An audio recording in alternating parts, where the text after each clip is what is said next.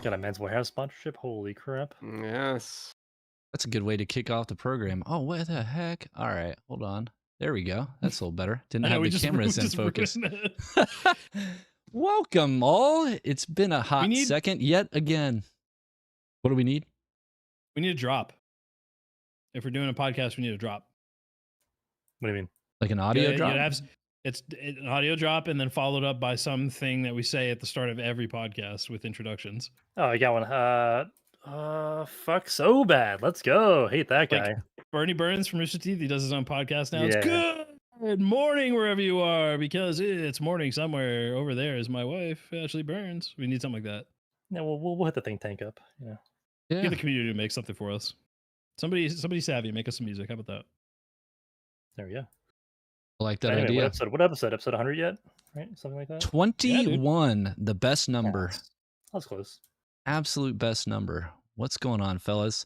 A lot has happened since the last time we talked, I feel like. Even though we haven't had a ton of massive updates, there is still plenty to talk about. I feel like the game is in its most... controversial is not the right word. I feel like the player base is separated so much right now. The amount of feedback on the negative end is significant. And then I'm talking to a lot of people, and I fall more into this camp. No surprise, I'm the homer, but I'm having a ton of fun with the game. But the second I loaded into my chat today, almost everyone in there is like, game's okay. Game sucks. Game's okay. Game sucks. Game's okay. It's over. It's dead. Go next. Yeah. It's over. Yeah. It's an interesting time to be alive. Are you talking about in the Discord? No, just the YouTube channel. Like the faithful on the podcast, the live podcast YouTube chat are voicing their opinions already before we even went live. Damn, game's in a weird spot for sure. The game is still Dark and Darker, and it's still like one of the funnest games made to date, but like it is in, I would argue, one of its lesser forms at the moment. But we'll get more into that later. That's what we're going to talk about. Well, hey, we don't talk a lot about real life events, but I feel like the eclipse warrants it. Did everybody touch grass and view the moon in front of the sun? I was inside. I forgot all about it. I looked on Reddit. It was You weren't in the path of totality, right? No, I think I was playing Valorant, I'll be honest.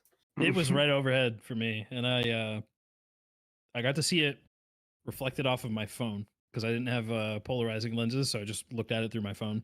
Same thing. It was fine. Well, if you're in the path of totality, the benefit of being in the path of totality is you get to actually not use the glasses when it's at the apex. 100%, yes. Trust me, my wife is a borderline hypochondriac. She did an infinite amount of research on this, but it was a very short window. And now she's blind. No, none of us are blind. Have you ever heard of sun gazing? Have you ever heard of sun gazing? Yes, man. I'm telling you, there is a very short window when you're in the path of totality. It varies based on, we're talking quarter mile. You know that you get where we got 1 minute and 40 seconds where the moon is covering enough of the sun that it is verifiably safe to stare straight at it for that 1 minute and 40 seconds. And then the second that you see the sun start to creep out around the moon again, you got to put the glasses back on. So that was cool. That, for me, was actually a very cool, memorable experience. Set my camera real quick. Are we talking about Dark and Darker yet? Almost. Still... no, it's because you have a family, Arcane, so you're... I do. I took the wife and kid out. You got people to remind you. We were in the dungeons, dude. It was dark. It was an eclipse down below. There's no sun in the crypt, baby. That's all I'm saying. Yeah. I was just playing Dark and Darker, the real life version. That's all. Ruins away. It was literally dark at 3 o'clock in the afternoon. Dark and Darker Eclipse version. It was great. Yeah, there was a bunch of cool memes too. Like on Reddit, they did one with an old guy that had the glasses on, and his son came over and put a little rag over so it shadowed him. And the guy was like, "Oh my god, it's so dark," and everybody else just started laughing. That was a good one. Nice.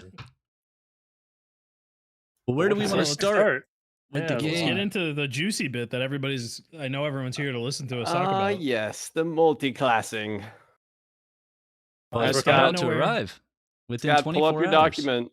All right, I heard you have like a cross-referenced classes, perks, skills, magic, percentages, tokens. Dude, we were talking about that. Release it to the community. Yeah, I guess I could throw that out there if anyone's really a glutton for punishment, because the usability is not ideal. But at any rate, yeah, so for the uninitiated, what they're talking about is when they announced multiclassing officially, I went full nerd and just did a little spreadsheet with every skill and perk from every class that will randomly roll your tokens for you. And I did like that morning because you were so excited about it. I was pretty geeked initially, and I haven't touched it since. That's what's pretty funny. It was cool for that morning. But yeah, it's how I decided that I was going to do my Cleric and Wizard for my first attempt at multiclassing, because every pairing that I got back and forth between those two was useful in some way. Whereas other classes, you could have dead rolls. So I wanted virtually guaranteed success. So do we know how the multiclassing is going to work, like 100%? Like what we're going to be able to do? Are skills going to be? Is it going to be only perks? Everything is in play. Testing. Unless you don't have spell memory. So like for the Bard, because it's music, you would have to, no matter what class you are, if you multiclass into Bard, before you can pick up any Bard songs, you have to first roll music memory, and then the songs are in play, your next token. So Bard is, I think, probably going to be one of the least multiclassed into classes. That makes sense. Wait, that doesn't make any sense. You're saying you grab music memory 1 and then you can't get any music? Once you get it, you can, but until then, so I'm saying like spell memory and music memory do not overlap. If you're a Cleric, just because you have spell memory doesn't mean you're going to pick up a song. You have to get music memory first. Right. Gotcha. So whereas Warlocks, Wizards, Clerics all have spell memory, so there is immediate, you dip into their spell pool immediately if you're multiclassing out of one of those three, right? Part of me kind of wishes like they wouldn't even, to begin with, they wouldn't go with the skills and stuff. They would just do perks and kind of like slowly implement multiclassing instead of like. You're muted. Yeah, you're muted somehow. No, I bet I push talkie is being wonky. But as I was saying, I wish they would just do perks and like maybe try skills later on. I think they're doing way too much, way too fast, and Well, we were talking about just a few minutes ago, or like 20 minutes ago, is that we were really excited that we're hoping that they wipe the server, because then we get like a mini wipe on the test server, which would be a lot of fun. Yeah, that'd be cool. Everybody has nothing. We're doing a 0 to hero for the week on that would be super awesome. Yep. And I think in that environment, it could be fun. What I'm concerned about is them adding the 2.0 headshot modifier into multiclassing at the same time. Just keep it out. Just like, it's the fact that they messed it up and didn't implement it properly was like the best thing that they've ever done. Yeah, no kidding. I know they want to test it, and that's fine, but I don't think they should test it at the same time as testing multiclassing, because it's going to give them bias data towards classes. Oh yeah, totally agree with that. Yep, putting too many variables in play. I mean, multiclassing, it already has too many variables by itself. Like, throw it on the test server if you want. Just don't do it at the same time. Yeah, exactly. Oh man, I can't wait for multiclassing though. I think it's gonna be a disaster. It's gonna be a disaster. There's no way. It's so fun. There's no way it's ever it's gonna be good. But like, it's gonna be fun. People are gonna cry. There's gonna be so many busted builds. People are gonna be on Reddit. Rogue's gonna be viable again. It's gonna suck. Yeah, I think it's gonna be fucking awful. Just imagine like a rogue with smite and I don't even know what else. Like just the swing speed of that is you're just gonna get erased. Yeah, I'll tell you why I'm not worried about that. Smite Ignite Rogue. I'd say there's about 2% of the rogue player base that is willing to play the Cleric class, that has the patience to actually play the Cleric. Yeah. There's a select group of streamers that have the staying power and/or patience, skill, etc. I think for a lot of players that only play rogue, the second they play Cleric, they're going to be so frustrated with the lack of speed and the game and just how different the game plays that they're just going to say, yeah, it's a bad idea. I'll just go to fighter and I'll multi-class on fighter instead. Or I like them both. think at least they gave the option to have the sort of generic multi-class, so you never actually have to level a second class. It's just you'll get something from every pool. That's what I was wondering about when they put like the super class dangerous. master. Yeah. Because they showed in the original concept and what's in game right now, the class master is its own block. Yes. And you can level it separately. So is you the don't class level master... it. That was my understanding. You don't level it. He already has, if you learn from him, he's going to have presumably 10 perks and or skills. So minimum. he has everything you learn. So if you're just starting out, the class master is weak because he only has, whatever you just got off your first level up, or has, the way the generic one is you only get one class to 35 and you get a token, right? And then you can use your token on the generic one and it gives you something from everybody. So then you just have you get 3 random things. I don't think so. The hundreds. I'm certainly not the expert here, but my understanding from Terrence, when I laid it out when we interviewed him, he said the example he used was longbow mastery, right, for the generic class master. And then I explicitly asked him, so what you're saying is if we don't have any other character, any kin in our account to 35, we can use our token immediately and spend it with the generic class master, and he has his own unique perks and or skills. Okay, that's what I thought. That are exclusive to him. And Terrence said yes. Now, whether or not I articulated that well enough for him to just, on the fly immediately fully comprehend what I was saying and answer it the way that I think he answered it, that's another thing entirely. But at any rate, the way that it reads now is still the generic class master is definitely a thing. So if you're one of those people that only levels one character, you can still multi-class, but I think we'll find out very soon, you're only going to get a pool that is unique to him. Something like longbow mastery might exist there. Yeah. So then when you open up that tree, it's just you're going to click on a class button, see what perks you have there, pull what you want from that, go to another class, grab what perks you want, and then go back to your character class screen and they'll be there? Or is it just going to be are they going to consolidate them both, I wonder? That I have no clue. Yeah, no clue how that's going to actually play out. But yeah, part of it, to be honest. So did we explicitly say already, I don't know how many people in the chat are up to date or keeping current with the Dark and Darker Discord, because they didn't ping. SDF came out tonight and said multiclassing is getting released to the test server within the next 24 hours. So we'll have some idea. And he did say a limited version, so that'll be kind of interesting. But also it's happening.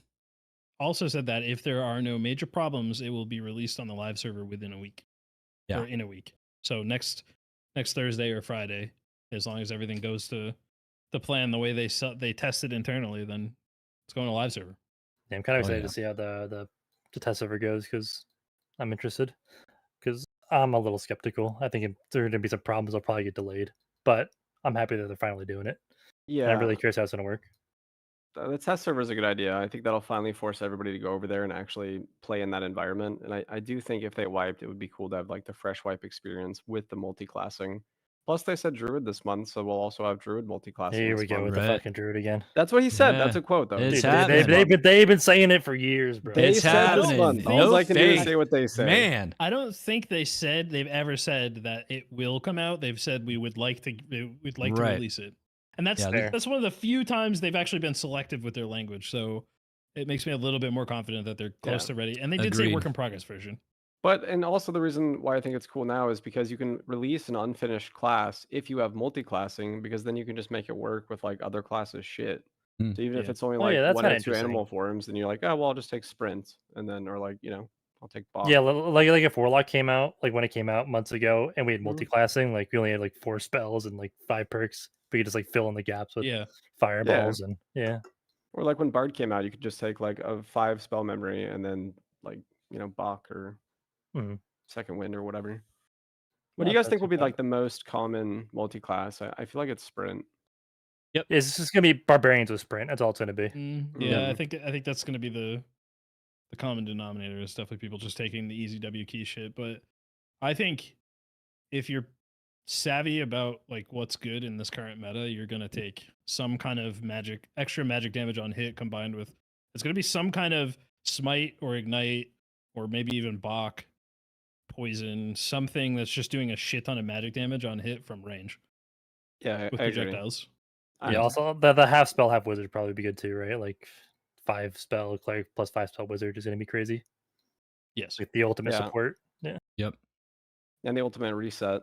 And you can like do bunny hop with bind as you're jumping away, and then just turn and slap it on him, and then get away. Yeah. Oh, I'm never taking bind if I'm doing that, but it'd be good for support for your team if you're playing a caster hybrid like that. It might still be good because I've seen more people running bind now. As just a way to like lock someone down for the team. Imagine like 10 spell cleric, right? Like 10 spell cleric is like super good right now, but you say like the 5 healing spells and like res and stuff, and then you just like take the support wizard spells like haste and viz, slow, whatever. Just like you use like super support. That would be sweet, really actually. Good, that reminds me of that class we were all playing in Raven Dawn, like the Blackguard or whatever it was called. Yeah, the Blackguard, yeah. That's like what that is pretty much, except not as tanky. Can you mix on the same spell wheel, you think, other class spells? Like if I would imagine. Yeah, why not? Cleric spell wheel 1. Yeah. They only said it's going to be spell memory and song memory. They didn't specify that it was going to be class memory. Right. So I don't see any reason why you wouldn't be able to just throw whatever spell in there. And throw some Eldritch Shields in there while you're at it. Yeah, that's what I like. You throw Eldritch Shields, you throw some cops. Like you can make some pretty devastating classes if you mix just like 5 spells on one wheel, and then sprint, and then I don't know whatever else. Yep. Yeah, I think we'll see a lot of Warlock, Cleric. Warlock, Cleric we talked about in the past. I think that's going to be broken as all get out. But I'm really curious what they mean by limited multi-classing. Should be interesting. So they said we'll level up quickly. How quickly do you think is quickly? We're going to get like one level for every extract, or sorry, 5 levels every extraction. Just go back to the old leveling. Yeah, I was just about to say, just put it back to the way it was before this change. Like 3 or 4 levels to level 20, or 3 or 4 hours to level 20. Not even, dude. We were getting it down to like 2 hours. Oh yeah, you're right. So like 5 hours, and you'll have like 135 and 130, maybe. It also depends how many people are there, right? Like it's gonna be for a week, so. Do you want to like go to a like let me ask Ken, as I feel like Ken's our most competitive player. Would you want to go to HR on East, or do you want to go to like a KD play and go Japan on norms and then go level? Like what do you feel like would be the fastest way to actually unlock all the multi-classing sort of facets? I mean, I would just play East because I just want to play where the ping's lowest and I have the highest chance to win. So I mean, and there's no guarantee that the Japan server is going to be empty anyway. So like, why even gamble it? Just play. Well, yeah, I guess it just depends. I feel like a lot of people that would have the test server would be sort of HR players, and so I wonder if just going norms and just like questing and going to like a low pop region wouldn't be like a good play. Also, if you kind of consider, this is getting deep into it in the macro level, but if you consider like the economics of, let's say, South America, like is Brazil, like are there a lot of Brazilians that bought like the highest tier of the game to get test server? Probably not, right? I mean, really metagaming now. Yeah, I mean, if you're really metagaming, but like I'm in Texas, I can play in Brazil pretty much no problem. It's not very laggy for me, but same with West.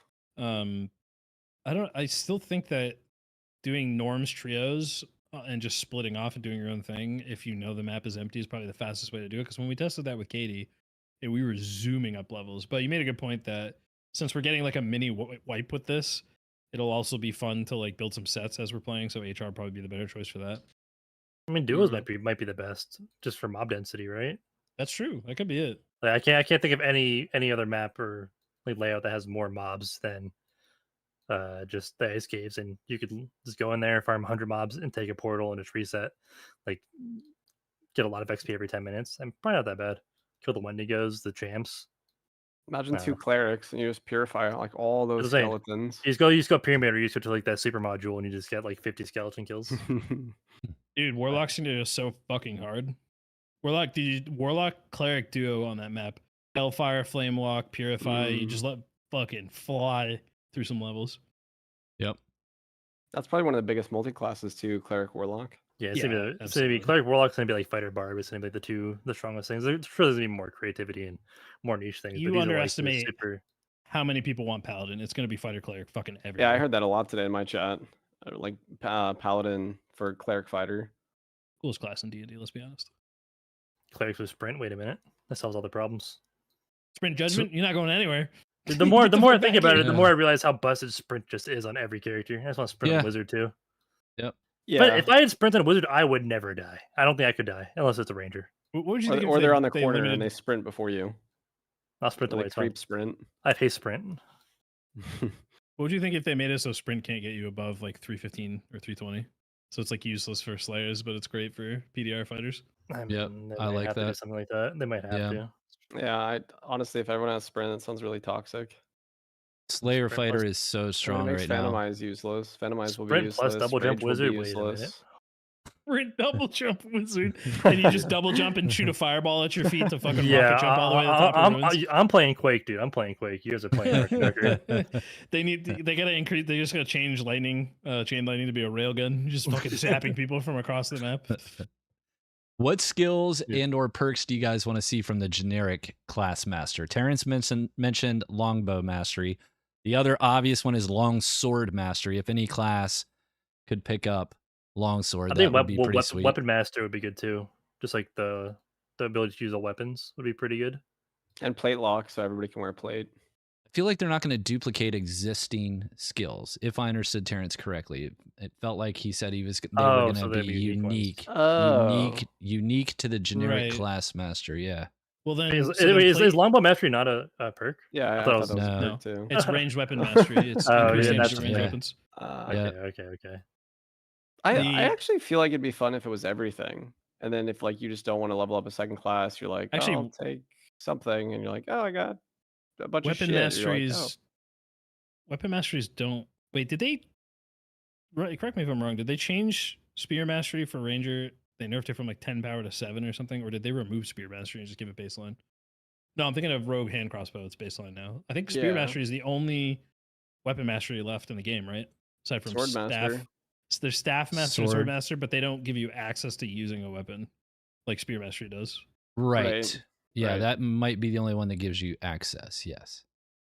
But I feel like that's what they're I feel like that's what they're modeling that off of. You know, like the example Terrence gave was that longbow mastery, and I feel like it was maybe a real example. But what else would we like to see in that same vein? I've been wanting lightning mastery for the longest time.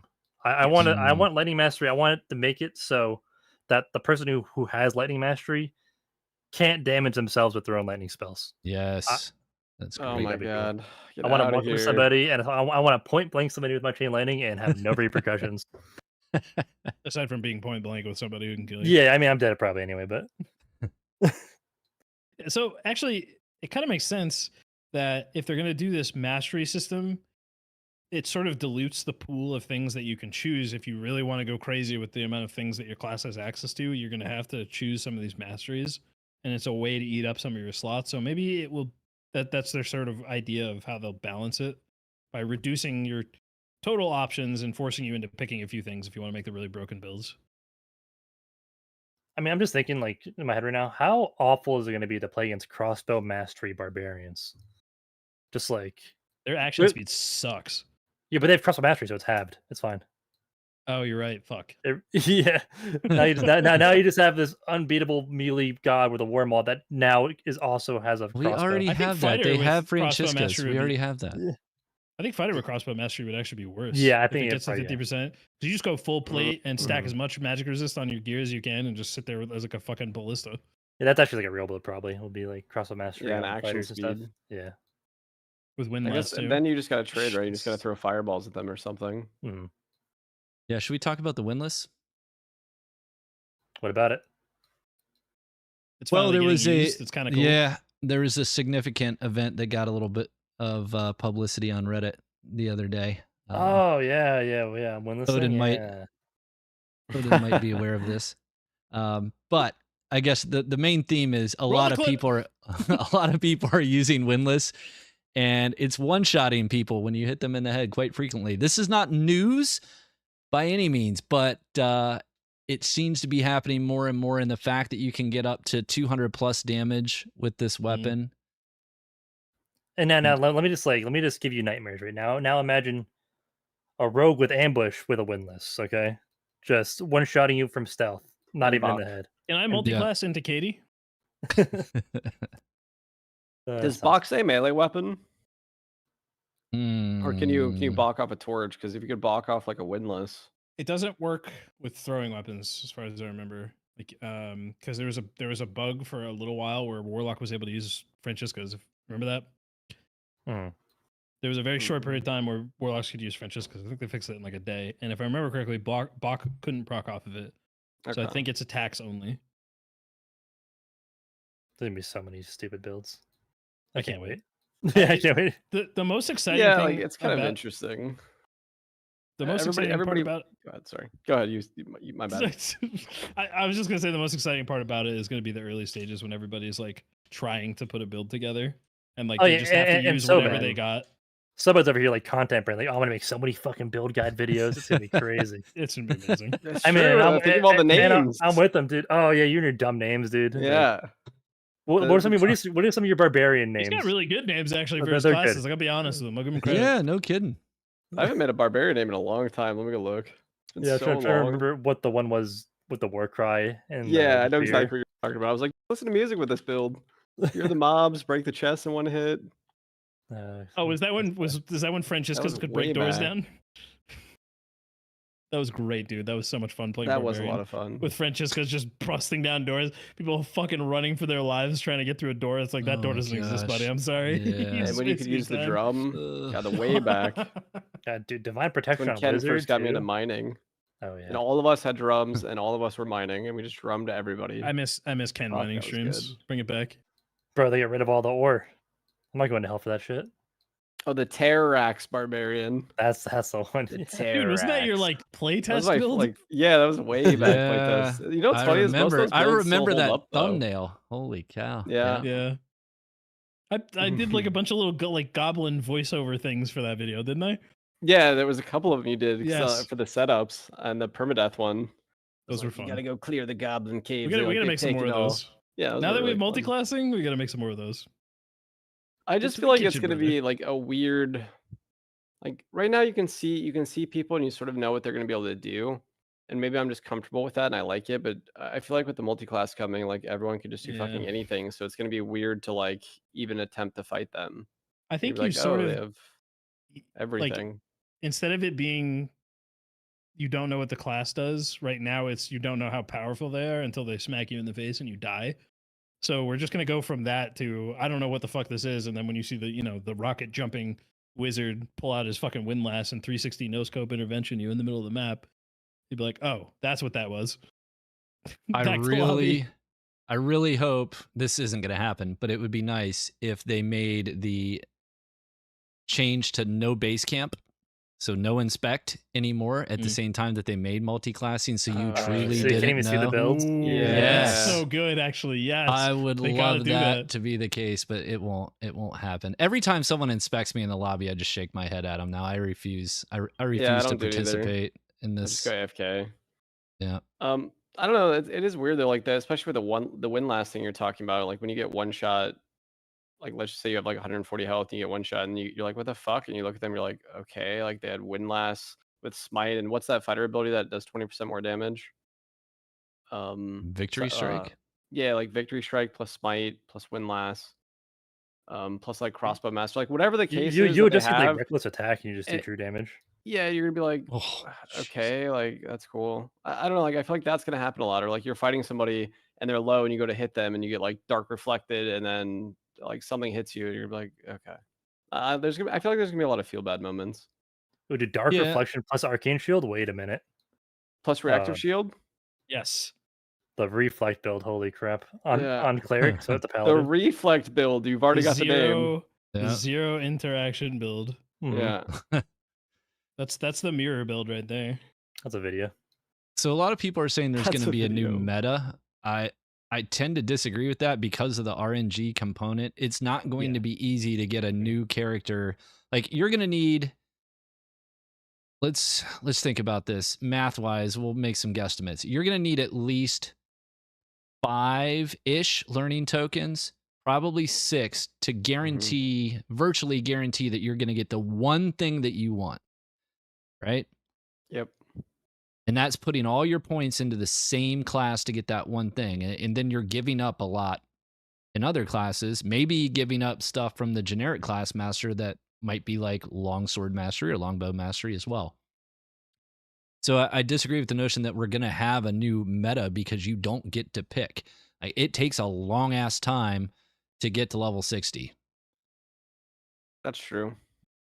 Way I mean, too even long. you could even get to level 120 on, like, let's say you chose Cleric and you're only going for the +3 or +5 MH, and like you go 5 tokens and you miss it, and you're like, okay, like I'll see you another like 50 levels because I also wanted X or Y. Right. So that will be tough. I truly feel like they have to make leveling faster, else the majority of the player base won't get to experience like the fun parts of multiclassing. They should do what they said they were going to do, which was make it relatively easy to get to your first one, and then it slows down a little bit, but make it so that if you're somebody who doesn't play as much, you get like a rested XP, so you get more as you come back and play for a couple hours a day. Keep up with everybody else who's playing all day. They said that that's what they wanted to do, so I'm hoping they'll put that in because that'll mechanics, right, just a rested XP mechanic. You could also have. I remember when Elder Scrolls Online did this. They released a potion of XP, and then it made like shit that people didn't usually buy more valuable, like the flowers, right? Like nobody really uses flowers right now, and so you use like one of each flower, and then you can make an XP potion. And so now suddenly flowers are actually selling, and XP potions are selling because people want that, and so it gives something else for people to farm and look for in the dungeon that's valuable. It doesn't even have to be a lot, just 5 or 10%. Like all of us would buy it. Mm-hmm. Yeah, and you drink a potion of luck, you drink a potion of XP. Good for the economy, gives people something to do. Then you have people who are just like going and they're just farming herbs now. That's like what they do.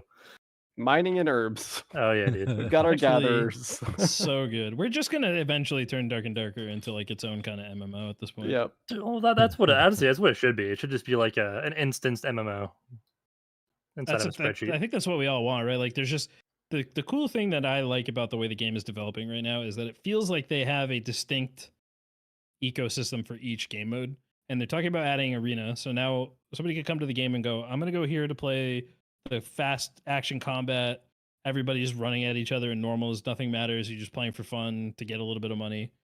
Or I'm gonna go to HR and I'm gonna play where all the gear matters and everybody plays a little, in theory everybody should play a little slower and be a little more careful and it's more sweaty. Or I'll go to the arena and just do PvP all day and try to climb. It's like they're building all these different systems, and then they make like a PvE only mode with a leaderboard or something. You could play Dark and Darker for every occasion. And now we see a tavern where we could hang out and talk shit. Yes. And we're good, yeah. That's normals right now, basically. Yeah, but like I want to do like not inside a game. I just want us to like go to like the gathering hall and just hang out, Tavern chat. Yeah, play some chess, talk. They should just put VoIP back into normals and take it out and just take the lobby out of HR.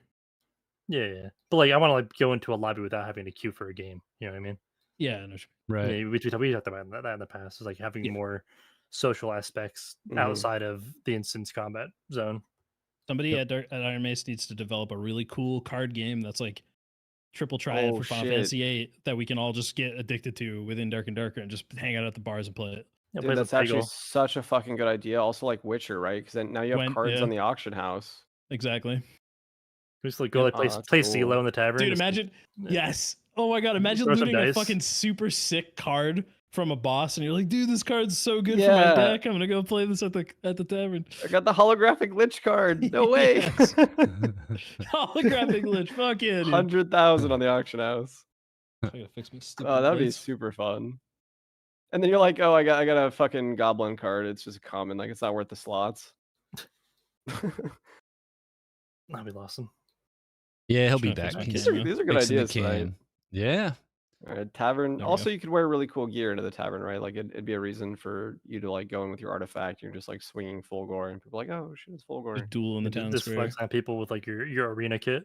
Yeah, I haven't seen an artifact yet this wipe. Like in any of my lobbies. I haven't either. Arena only rewards, just like World of Warcraft, where you can get the highest like cosmetics for certain armors. If you're one of the higher ranks, like elite gladiator gear, fuck yeah, put that in the game.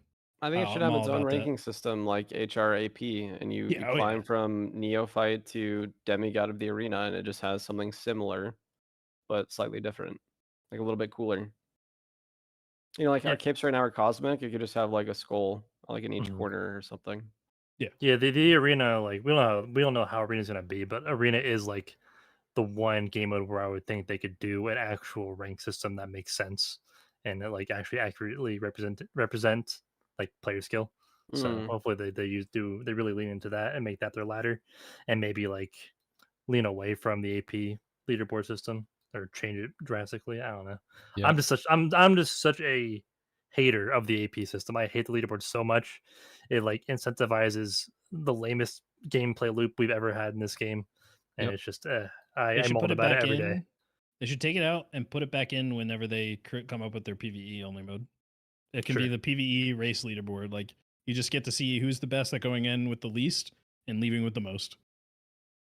I mean, also what they could do is they could have the same reward track for every mode, and you just play whatever mode you like. They could have like a battle pass. If you're a demigod of normals, or if you're a demigod of HR or arena, you get all the rewards unlocked. Yeah, they could have a battle pass that's like that for all game modes, but I feel like it still would be fun to have certain rewards for certain game modes, just to reward the players who invest the most amount of time into them. Or also, if it's like WoW, don't you get tokens? You get like arena tokens, like 3 for a win, 1 for a loss, and then you could just buy stuff. Sort of, yeah. Well, yeah, it's like early classic arenas and BC arenas, but yeah. That's the last time I played. Yeah.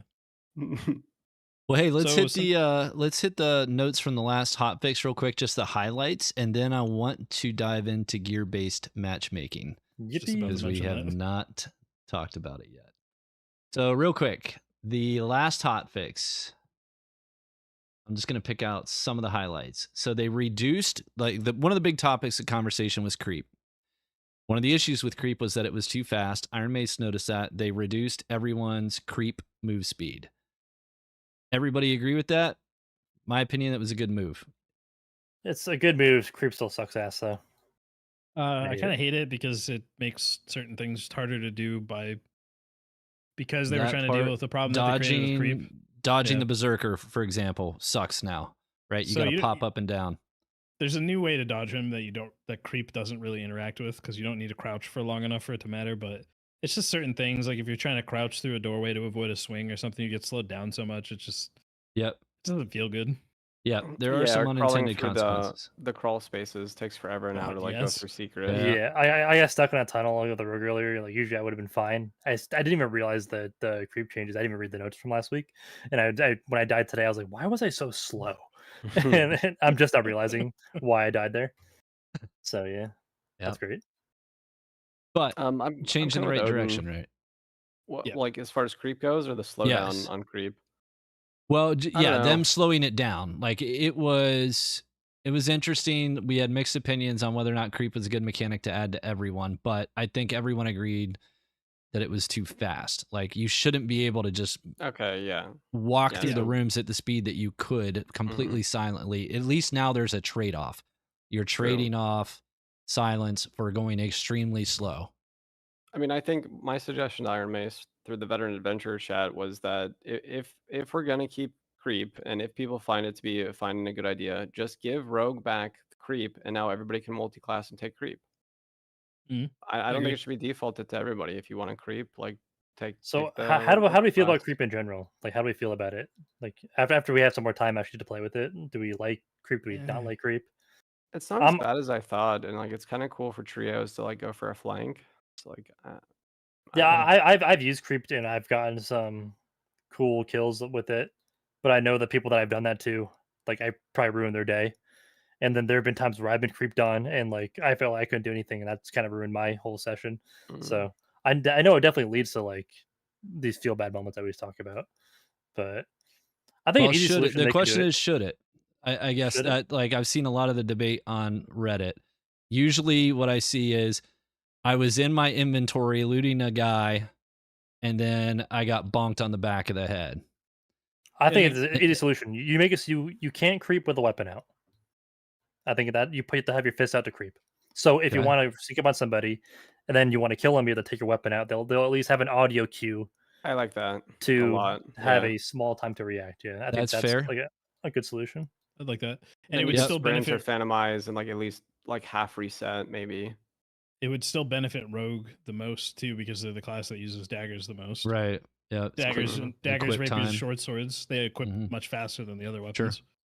Sure. Yep, I like that idea. I think that works really well. The other one would be that it would be proximity based, right? So if you're more than 2 yards away or 4 yards away, let's say, then yes, you could be completely or close to completely stealth, and maybe it's dependent upon your armor. I don't want to, try to get Iron Mace to code for 2 months to make this perfect, but some sound should be made unless you're a rogue and you have that perk.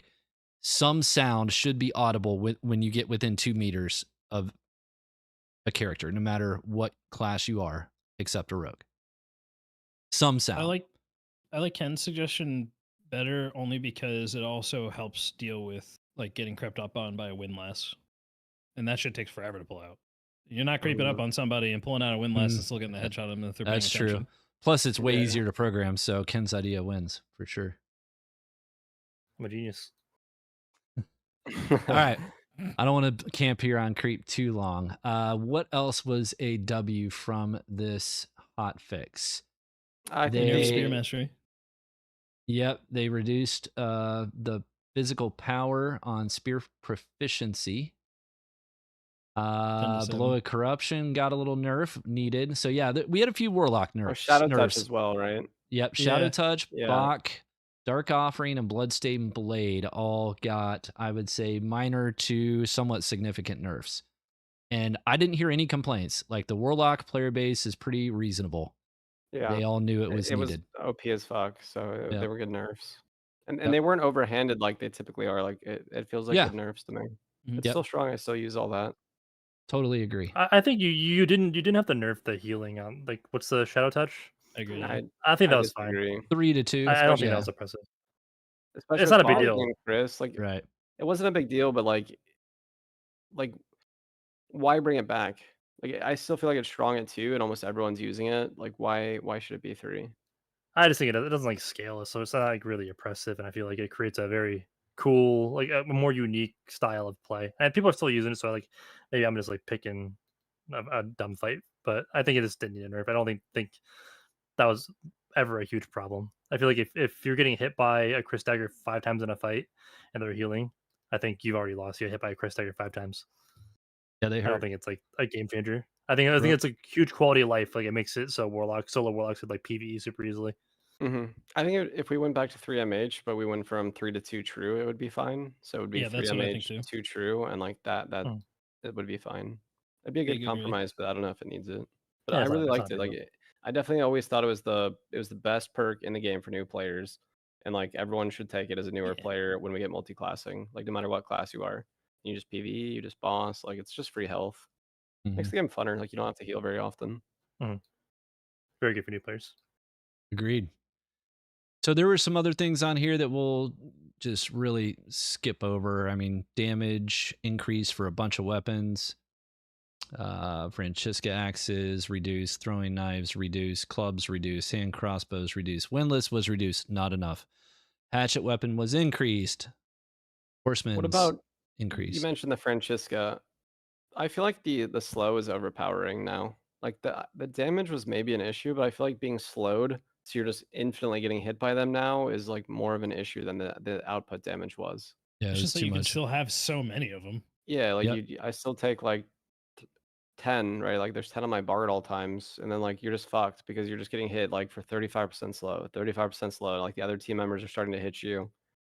I don't know. Like, I will say that Achilles. I got hit by 3 Francescas today, and I didn't die, and like that was refreshing.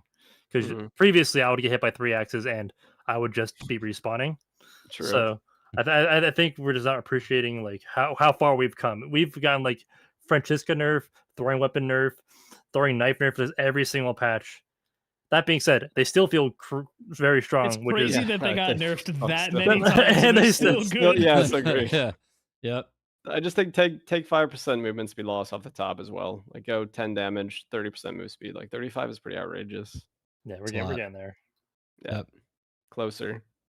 So the other things left on the list are more QoL related things, but they're really good. So we got access to finish the Tavern Master quest line, which got an extra stash tab.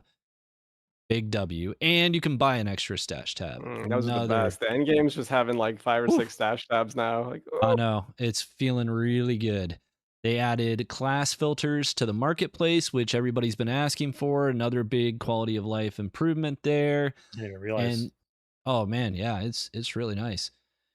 Last but not least was that this was sorely needed. They removed the dungeon requirement for the kill quests. Oh, God. So you didn't have to kill the classes that you were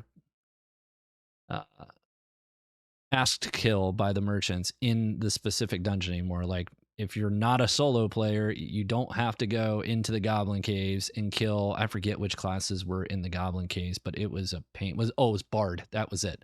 Bard. Cleric. You had to kill the bard. Yeah, the bard in the goblin caves. Was cleric in the goblin caves too? I think it was bard plus cleric. Oh, good lord. I haven't played a single Goblin Caves match. It was Bard Ranger. Yeah. Either way, those 3 classes are like the least seen in Goblin. Right. So good change. Now you can kill them anywhere. Yeah. And then it was Warlock. And then it was Warlock Wizard in trios where you're least likely to kill them. Right. Yeah, good changes. Also, I feel like the pacing of the time-gated quests is really good. I do too. Just like the slow unlocks. We're still not named weapons like a month into the wipe. That's probably today or maybe next week. I don't know when, but really, really good. I've seen so few names this season. I'm not sure if they really nerfed the loot or the percentage drop on them, but like I'm just not seeing them.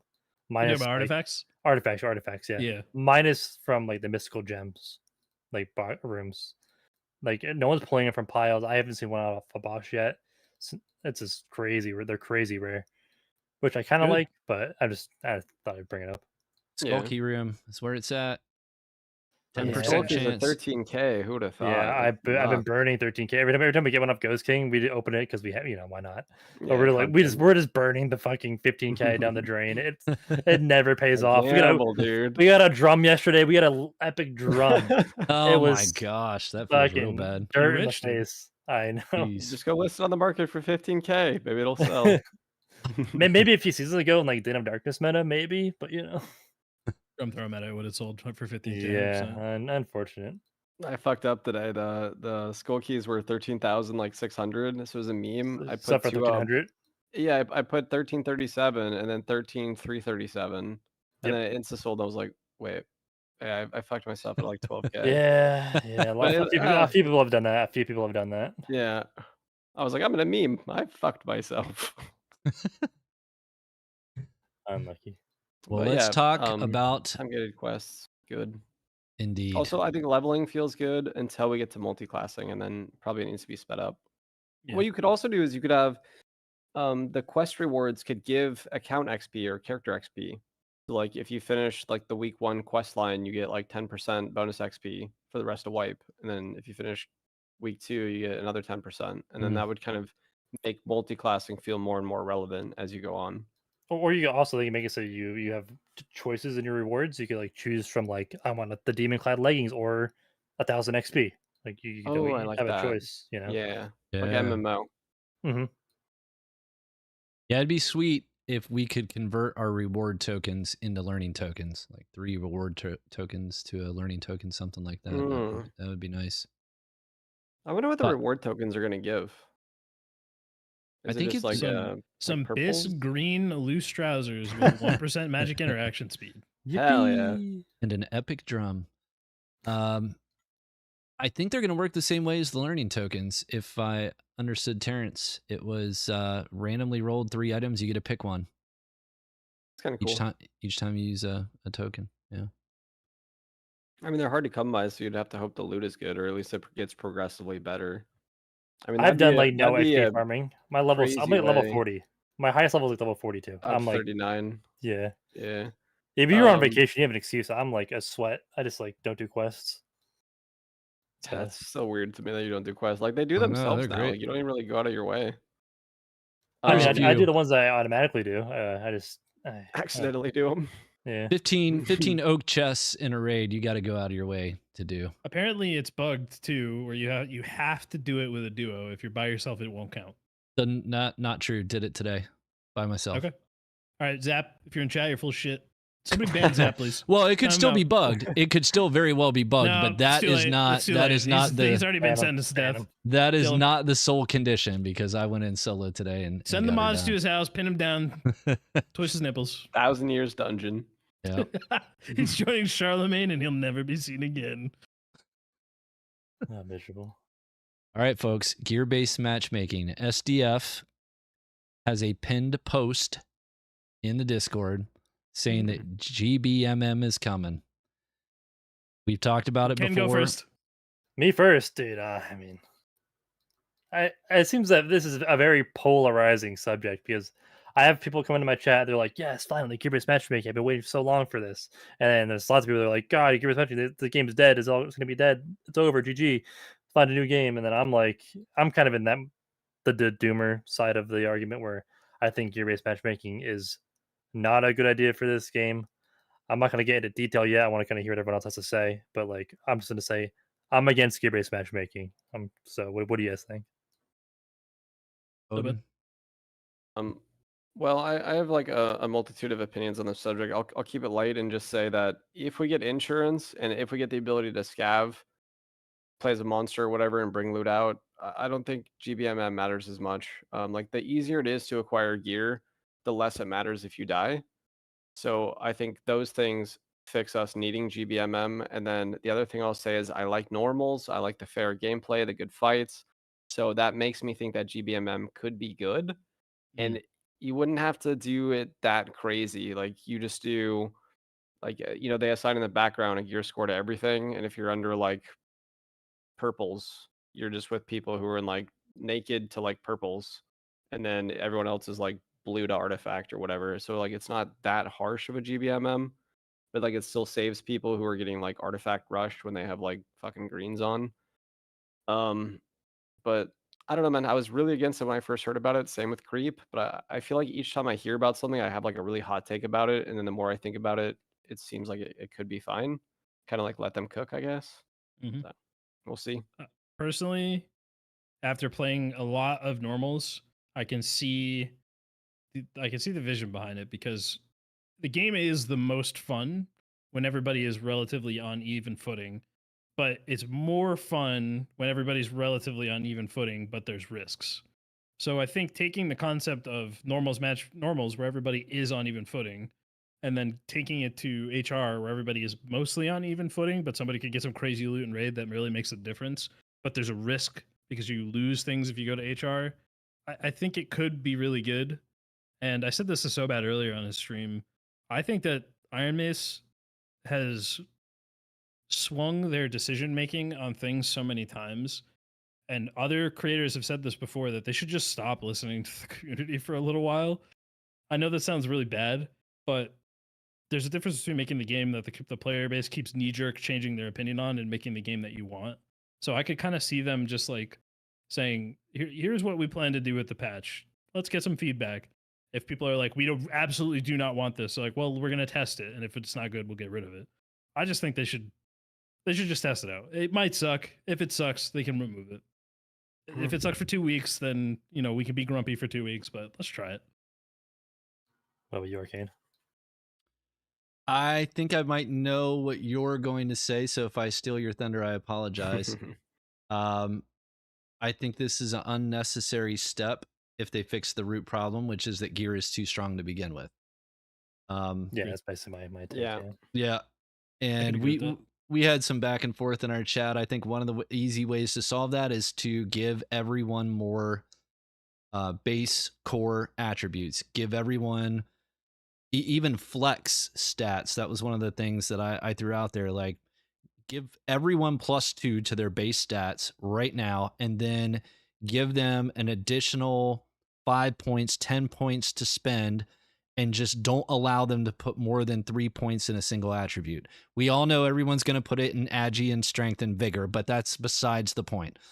Like, just give people the ability to flex. And if you do it per raid, then that does actually make it more interesting, because then you preserve the concept of being able to do certain builds, because I think you're going to lose some of that when you get into gear-based matchmaking. If they're basing it solely off the rarity of the items, right? If we're presuming that they're going to calculate a gear score behind the scenes, I doubt they're going to do that based on the actual enchantments or affixes, right? It's probably just going to go straight off of the rarity level. So if gear-based matchmaking is going to put you, as soon as people figure out how to min-max it, they're going to say, all right, well, I'm only going to try to get up to like the top green or the top blue. And now these builds are the meta for that gear score. And then you're going to step up a gear score. And then, oh, now this opens up other builds that I can do. But there's certainly going to be a more narrow meta there. I like the idea of just solving the root. Is strongest. Right. I like the idea of just solving the problem by giving people higher base power to make gear a little bit less relevant, and then I don't think we're talking about it. So sorry, Ken, if I stole your thunder there. Yeah, no, you definitely a lot of stuff. We share the same sentiment. I just think like people think that they want gear-based matchmaking. They think it's going to be like this solution to the problem. Like, oh, once I have gear-based matchmaking, I am no longer going to get stat checked by all this crazy gear. But the reality is, like, your average blue gear is not going to be, it's not at the same power level as like the fucking dirty sweats lab crafted blue gear. There's still going to be a relatively large disparity in the power level of the same rarity of gear. Yep. And like there's just no way you're going to fix that without like addressing some of these broken ass stats on gear. Get a little like, J. Allen Brack on us there. You think you want this, but you don't. You don't want this. Like, because on paper it sounds good. On paper it's like, oh, dude, I love normals. I love normals. I love it when I get into this fun, long, drawn out, fair fight where we're on equal footing. But gear-based matchmaking won't give us that. At least I don't think it will. We've had blue rarity lobbies in the past, and there was a huge disparity in the power levels of people wearing lab crafted BIS blue gear and people who were just wearing your average Joe's fucking gamer dad blue gear, and there was a huge gap. The same rarity of gear. So yeah, like, that was actually almost worse than it is now because the lab crafted blues, you had like wasn't it plus damage, and so you had you have that now. Like, you have that now too. By the way, you have blue blue necklaces with 4 damage on it. It's crazy. And so, yeah, I actually agree with you now thinking about that as well, because I was trying to do the power level thing, but if you only base it on color, you've like fucked so many people over. They can't do just color. That would be the worst way to do it. You do +2 all blues, +4 damage on everything blues, and like you're just pub stomping that. Now there's nobody above you, and that's what Katie used to say too back when we had that. But she's like, you just fucked all the new players because like now all of us sweats go in there with lab crafted like greens or blues, and there's nobody above us that could beat us anymore. Like there's no like purples or artifacts or whatever or legos, and so now it's like cheap and easy for us to just go roll lobbies, and that's like a lot of people did that. And I just want to add again, like so like yesterday, for instance, we had a pretty bad session yesterday. We were playing with some friends, we were fucking around, playing some troll builds, leveling characters. We were getting our asses beat, right? Like we were down bad, and we're just like, fuck it, we're just gonna go in 0 to hero, and we just go in like triple cleric, 0 to hero, and we end up wiping as a juice squad, like epics, blues, legendaries, like the best at the wazoo. We got lucky. We caught one on third party, and if gear-based matchmaking was a thing, I would never have that moment ever again. I would never have the ability to punch up, which I think is like one of the funnest things you could do in this game. Is, you know, once you're down bad in gray lobbies, you have to like go play normals and like grind up a gear set through PvE, which is like not bad. That should be an option, but I don't think you should be forced into that situation if you don't have gear. Like if I want to like go back in HR and like gamble and put myself in a bad spot to maybe have a big win, I want to be able to at least have that opportunity. Well, the Squires sort of helped with that a little bit, right? I think they could probably accelerate the process of unlocking those things by just a little bit and make it so that you can have full white gear right off the rip, because there is a really big difference between where we used to be with like a base kit and like a full white kit where you have +2 to a stat on every single piece. Some of them even have like 2 and 1. But I 100% wholeheartedly agree with you that the better solution to this problem is to fix the gear. And I champion once again Hotfix 15. They gave it to us for a day, and I just wish they would let us try it again for a little bit longer, where gear was super squished. And I think you could only get like +1 to any stat on a piece of gear. So each individual rarity of gear that would drop only had 1 extra roll on it that wasn't as impactful. So I know the topic you're talking about, and I agree the stat squish on the gear was good. There was a different problem with that patch, was where they like got rid of a lot of the relevant rolls that could roll on gear. So like and they made it so you had like spell casting speed on Yeah. a fine Curious, which fucking sucked. You could have low numbers, but you got to make sure you have enough relevant rolls to where if I get a legendary piece, there are 4 rolls that I want.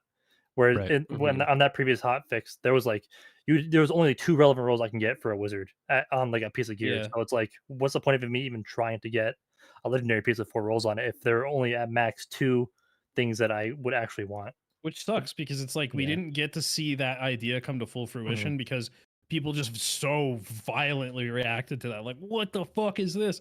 It's there, but okay, but if you actually had decent rolls on it and we had as many different rolls as we do now, then that gear would feel so much better because if somebody's in full purples and they're bisque purples, it's not like they have 70% more power than you. They have like 30-40% more power than you.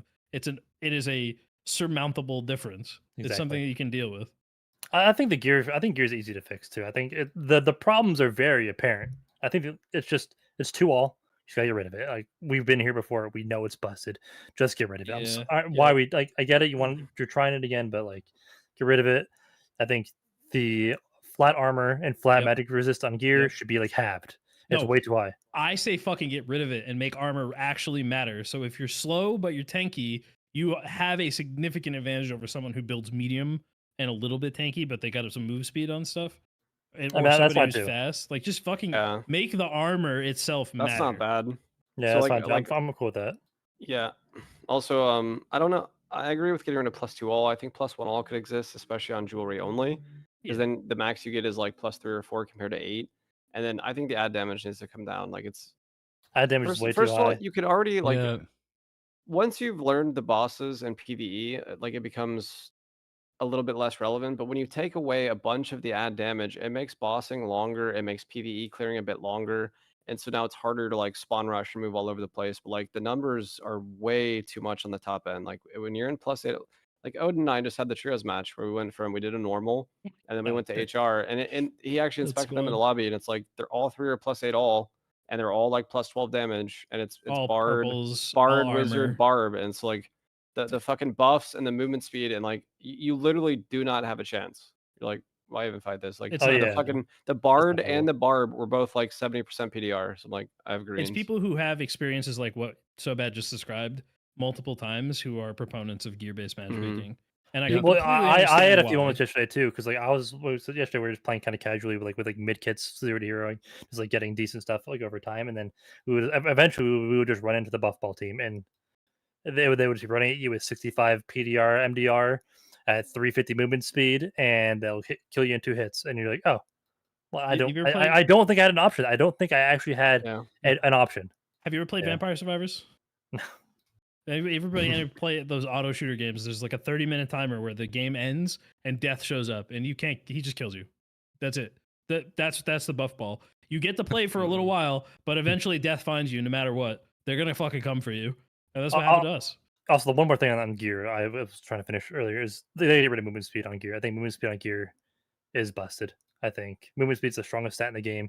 I think a part of the reason why +2 all is so good is that it gives you 2 movement speed. Yep. So I think getting rid of flat movement speed and percent movement speed on gear, I think, would go a long way. And then you can finally balance the classes properly around their base movements once you like get rid of the gear variables. That's why I said get rid of the armor rolls too. Make armor actually matter. If you're choosing to be heavy, you're heavy. Like we talked about this the other day, the sprint fighter, a sprint plate fighter. If a plate fighter runs into a wizard and he knows that he can't get that wizard in a corner where he can actually get him into melee range before his sprint is over, he should not push that wizard. And if he does, that's a misplay and he loses. Right now, you don't know whether or not the fighter can catch the wizard because the fighter could hit 290 with his weapon out with the right rolls on his gear and still be super tanky and have a bunch of magic resist. And then if he gets buffed, and then next, I think this is all. This is a little bit of a tangent, and I'm not going to go crazy on it, but I think this is go nuts. Something of a way that they like. I think solos is more balanced than trios right now because of this. You just have so much availability of stats. Every class can fight each other now because you could just build stats to cover your weaknesses, and then your class excels at whatever it does. Yeah. It's good, but it kind of homogenizes the game.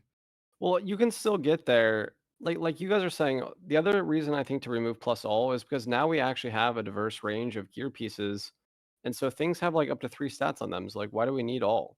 You just choose something that has like 3 will, 3 knowledge, and like 1 agi or whatever. Like we're already almost to that point. And so the more pieces of gear and the more variety they add, especially with multi-classing coming, we don't need plus all on gear anymore. Like you can multi-class, you can pick and choose like the diverse little gear pieces. Plus the affixes go hard. Like you guys are saying, like you can get 1.5% move speed add, plus 5 add. And so you really don't need plus all at all. You just choose other things. I think multiclassing is going to be so sick for solos above all You know, else, honestly. I will say just now my chat said, why wouldn't Barb, or like really everybody, but especially Barb, isn't Reckless on a Windlass? Like you just one shot anybody. Yeah, Right? yeah. Reckless is 85% PDR skip. So like that actually one shots like everybody. Reckless so that true like shot. that part is going to Yeah. be really weird.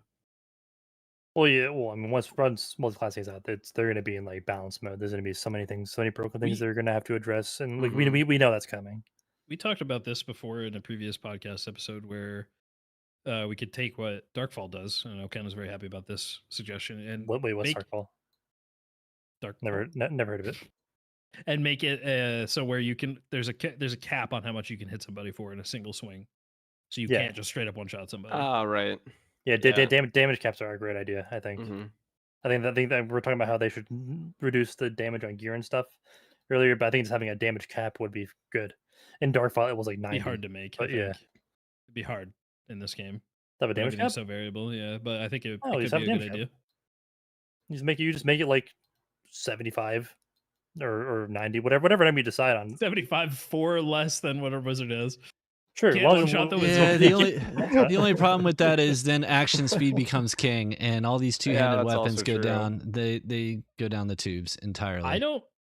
In the current meta, two-handed weapons are only good when they're doing so much damage that they could still hit you for more than 70 when you're in like PDR. And that's why you see Barbs mostly using either felling axe or one-handed weapons. Well, just using 75 as an example. Like, I think 75 is still. I mean, for a two-handed weapon, if you're hitting something for 75, you're killing most classes in 2 hits. Maybe the tankiest barbarian in 3. And that's kind of where you would want to be. But he's right though, because there are plenty of one-handed weapons that can get up to 75. So maybe they'd have to change it for individual.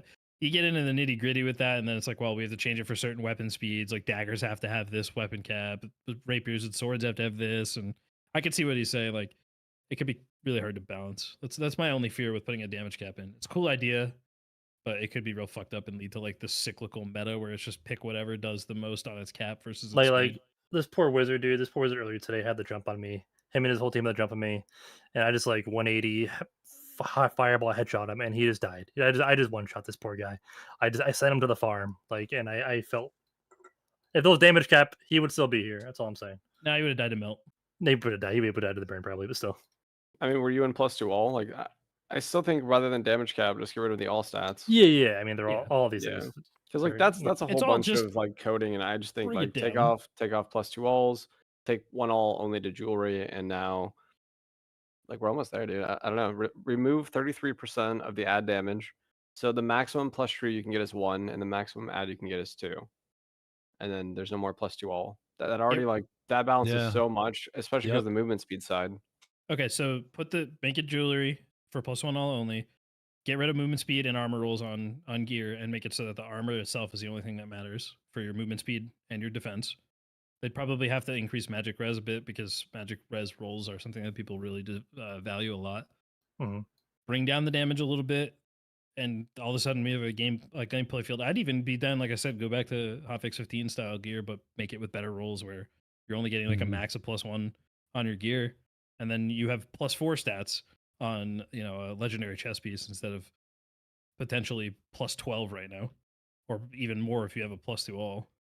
I like the idea of the flex stats as well, even if you do all these other things. Yeah, me too. Because then you can, if you have to fill a piece in your gear that you're missing, you just look at what's cheaper. Like, do I need 3, Vig or 3 Agi here? And you're like, okay, that piece is cheaper. I'll buy the Vig, and then I'll just flex into Agi, or vice versa. And so that helps level the market. Yeah, you can even make it so like say you have 10 flex spots, like you can put like 2 into Agi, and then if you want to put a third one, it will take 2 of your points instead. Yeah. So like you diminishing returns, so you can't just stack. Yep. I think you can do something cool like that. I mean, they could do DR in general, is right. Like they can do diminishing returns just for movement speed. That way Sure. you can't go to like fucking. You guys all use numbers. Like you can't just like build to 330 real fast. Yeah. Yeah, it's just movement speed just is so frustrating, like to deal with. And I'm a guy who stacks movement speed, like because it's so fucking strong. It's so It's the strong. best stat in the Every game. class, yeah. That's why I don't play Cleric. Like Yeah. I can't make it. Like it Yeah, doesn't I work. was watching with combos. Yami. I was watching Yami earlier, just play on his 340 movement speed, bro, and against his poor cleric. And this is like a fast cleric too, like for clerics anyway. He was like a 290 movement speed cleric, and he was just whittling him down and throwing knives, crossbow. Oh yeah, hit once, run away, surge kick, throwing knife. Like, he was tormenting this poor guy for like 5 minutes, and eventually killed him. I'm like, this cleric just couldn't do anything. I feel so bad because he was just. Dude, at I had a disadvantage. 5 minute. I have a perfect example, 5 minute example of that happening. I killed troll. Well, no, I didn't. I was fighting the troll and a bard was waiting in the doorway, waiting for me to kill the troll. He came in the room. I don't know how he knew that the troll was low, as low as he was, but he came in the room at the perfect time. He wasn't there the whole time I was fighting the troll. He came in, he hit the troll once and stole my kill. So then I thought I was VoIPing to him. I didn't have I didn't have proximity on. I had party only VoIP. So I VoIP to the guy. I was like, I don't even care, man. I just need to go interact with the pile for the stupid quest. So I go straight down the stairs through the cursed door, right? And he didn't hear me because I had party only on. So he comes in and wants to fight, and I completely wreck him. I've got him 1 HP. I hit him with a judgment. I hit him with a headshot with the Morning Star, and I hit him with a body shot. He runs. I can't finish the fight because by the time I pull out my book and try to Holy Strike, he's gone. He goes and he resets. By the time I get down and try to get one pull out of the pile, he's fully reset and he's back in my face. I win the fight again, but don't get to finish him because he just runs away. I try this a third time, and this whole process takes like 5 minutes. He eventually wins because he hits me with a shriek, and it's like I won that fight 2 out of 3 times, and I ultimately lose because I cannot catch the guy. Because not only is my move speed slow, but for me to put my weapons away and get my book out and actually cast the one damn offensive spell that could kill this guy, I don't have the action speed to do it. So Cleric gets done bad like twice. The action speed and the movement speed combined make it just atrocious to play. Yeah, it's hard. Even with all that, Cleric still feels good in normals for the most part. As much as I'm bitching about it, I still have a blast playing it. Yeah, Cleric normals still fun. No, I love Cleric, but I feel your pain. I've been there, and I'm like the slow movement speed Cleric guy. I'm the guy who will wear the heaviest plate and just run around at 220, and just understand that I cannot chase you. But like, if you want to fight me, I'm gonna beat you still. Like your situation. Are you doing that in solos though? You're on mute again, by the way. I don't play much solos, but like I would do it in solos too. But I'm the guy. I would just beat you 100 out of 100 times until the circle kills us both. That's where I'm at with the Cleric. I'm taking you with me. Yeah. But yeah, no, it's so hard to do that, to deal with that on Cleric though. Movement speed is so, the Cleric is like the extreme example of like the movement speed disparity. Yeah. But like that happened on smaller scales with other classes all the time, and it's just one of the most frustrating things in the game. Yep. I think for that class, it can be really fun for everybody else though. I think the trade-off for Cleric is that you're unfuckwittable in a lot of situations. I've been on the other end of that where I am the one who has the movement speed and you can never kill me, and like sure that's great. But like I understand that it's bullshit. Yeah, I mean it's just the meta, especially solos. Yeah. It's fun when you play Warlock and you're fast and like I just whittle them down. Yesterday I was fighting a plate fighter. It actually had plus all, but he had no ranged weapon. And so I was even VoIPing with him. I'm like, "Where's your ranged weapon, dude?" I'm just like slowly, like one cop at a time, cop, pull away, cop, and he finally killed him. I was like, I mean, he had good gear, but like if you don't have a ranged option, you're dead. Yeah, it's how it be. That is kind of the name of the game right now. It makes me wonder if like survival bow is we're gonna see big numbers on survival bow, or are people gonna go for more crossbow? I think it's both. Yeah, I think you take serve bow with like poison and smite. That way, like you get an extra hits with it. That's what I've been saying, dude. Poison, and then you smite. Take you take Windlass with the big hitters like Victory Strike. Shadow touch. Oh shit, we're healing. Poison, That smite, doesn't work on ignite. range though. Oh, unlucky. That's only melee. That's why I asked poison. about Wait, does poison work on bows or no? It works on hand crossbow. Oh, it does work on HCB, yeah. Well, chat's saying crossbows, daggers, and swords only. So I'm not sure. What? How would I that don't know. work? Oh, because you can't throw a torch. Yeah, or I guess it depends, like how they code all the things. Okay, it's. In I the mean, pod- I'd feel like pod, shit though if I took smite and it didn't work with my serve bow, and I'm like, okay, rip. There goes my tokens. unlucky. Build a new class. Start fresh. Start fresh. I don't know. There's gonna be so many cool builds though. Well, fellas, we're about an hour and a half in already. Do we want to move to Q&A? Yeah. I didn't even know. I feel like we barely even started for some reason. This was a good podcast. Went by quick. Just kind of jiving. Yeah. Yeah, I'm down for some Q&A. We had lots to talk about. All right, chat, hit us. Hit us with the questions. But While we're waiting on the chats, the Darkest Hour boys on Tuesday, Soma in particular, had an awesome idea, I thought, for spicing up combat a little bit. I know we've had this discussion around not wanting to turn the game into Mordau, but at the same time, maybe do something to enhance skill expression. Soma's suggestion was to add a mechanic that would allow you to basically change your grip and reverse the direction of your attacks. Now, how quickly you would be able to do that, like, I'm not saying you would be able to do that mid-swing or even in between swings. Like, you make it so that there's a penalty to doing that potentially. But I love the idea because it costs virtually nothing in bandwidth or programming cycles for Iron Mace. I think that's an easy thing to do. And you add, I mean, maybe you make it a perk. Maybe it's a fighter thing. I don't know, but I just like that ability because getting stuck, especially with a two-handed weapon in a hallway, if you're going around the corner in the wrong direction, you can't swing. That's a feel bad moment right there. If you could simply switch your grip, take that corner when you're stuck in that doorway, that would be pretty cool. Yeah, I would love that. I think I've said for a while now. I think there should be more alternative attacks, like you're saying, to be switch hands or something as simple as that would be very cool. I think you could take that from melee. You could also add that to casting. If I want to put my book in my other hand and like cast that on my left hand instead of my right hand, or the staff or anything like that, I think that'd be cool. Because there are times where you're like fighting somebody on a corner and like you're on the wrong side of the corner and you can't cast around it because the book's in the wrong hand. Right. And you're like, I mean, I'm a wizard. I could probably cast my other hand if I really wanted to. I mean, I don't know. Yep. Yeah, but you could have like a modifier button where you like to put the spell book in both hands like this, or just kind of like floats, and then pick what hand you want to cast with. I mean, the thing of the weapons already have the alternative attacks. Think of like Wormhole. I think it's cool that Wormhole has an alternative attack. That like sometimes when your doorway, you like right click instead. It's less damage, but like it's narrower, so you can hit somebody in a doorway. Zwei has that with the flaying thing, the flail. Like just add alternative attacks to all weapons. I think it'd be cool.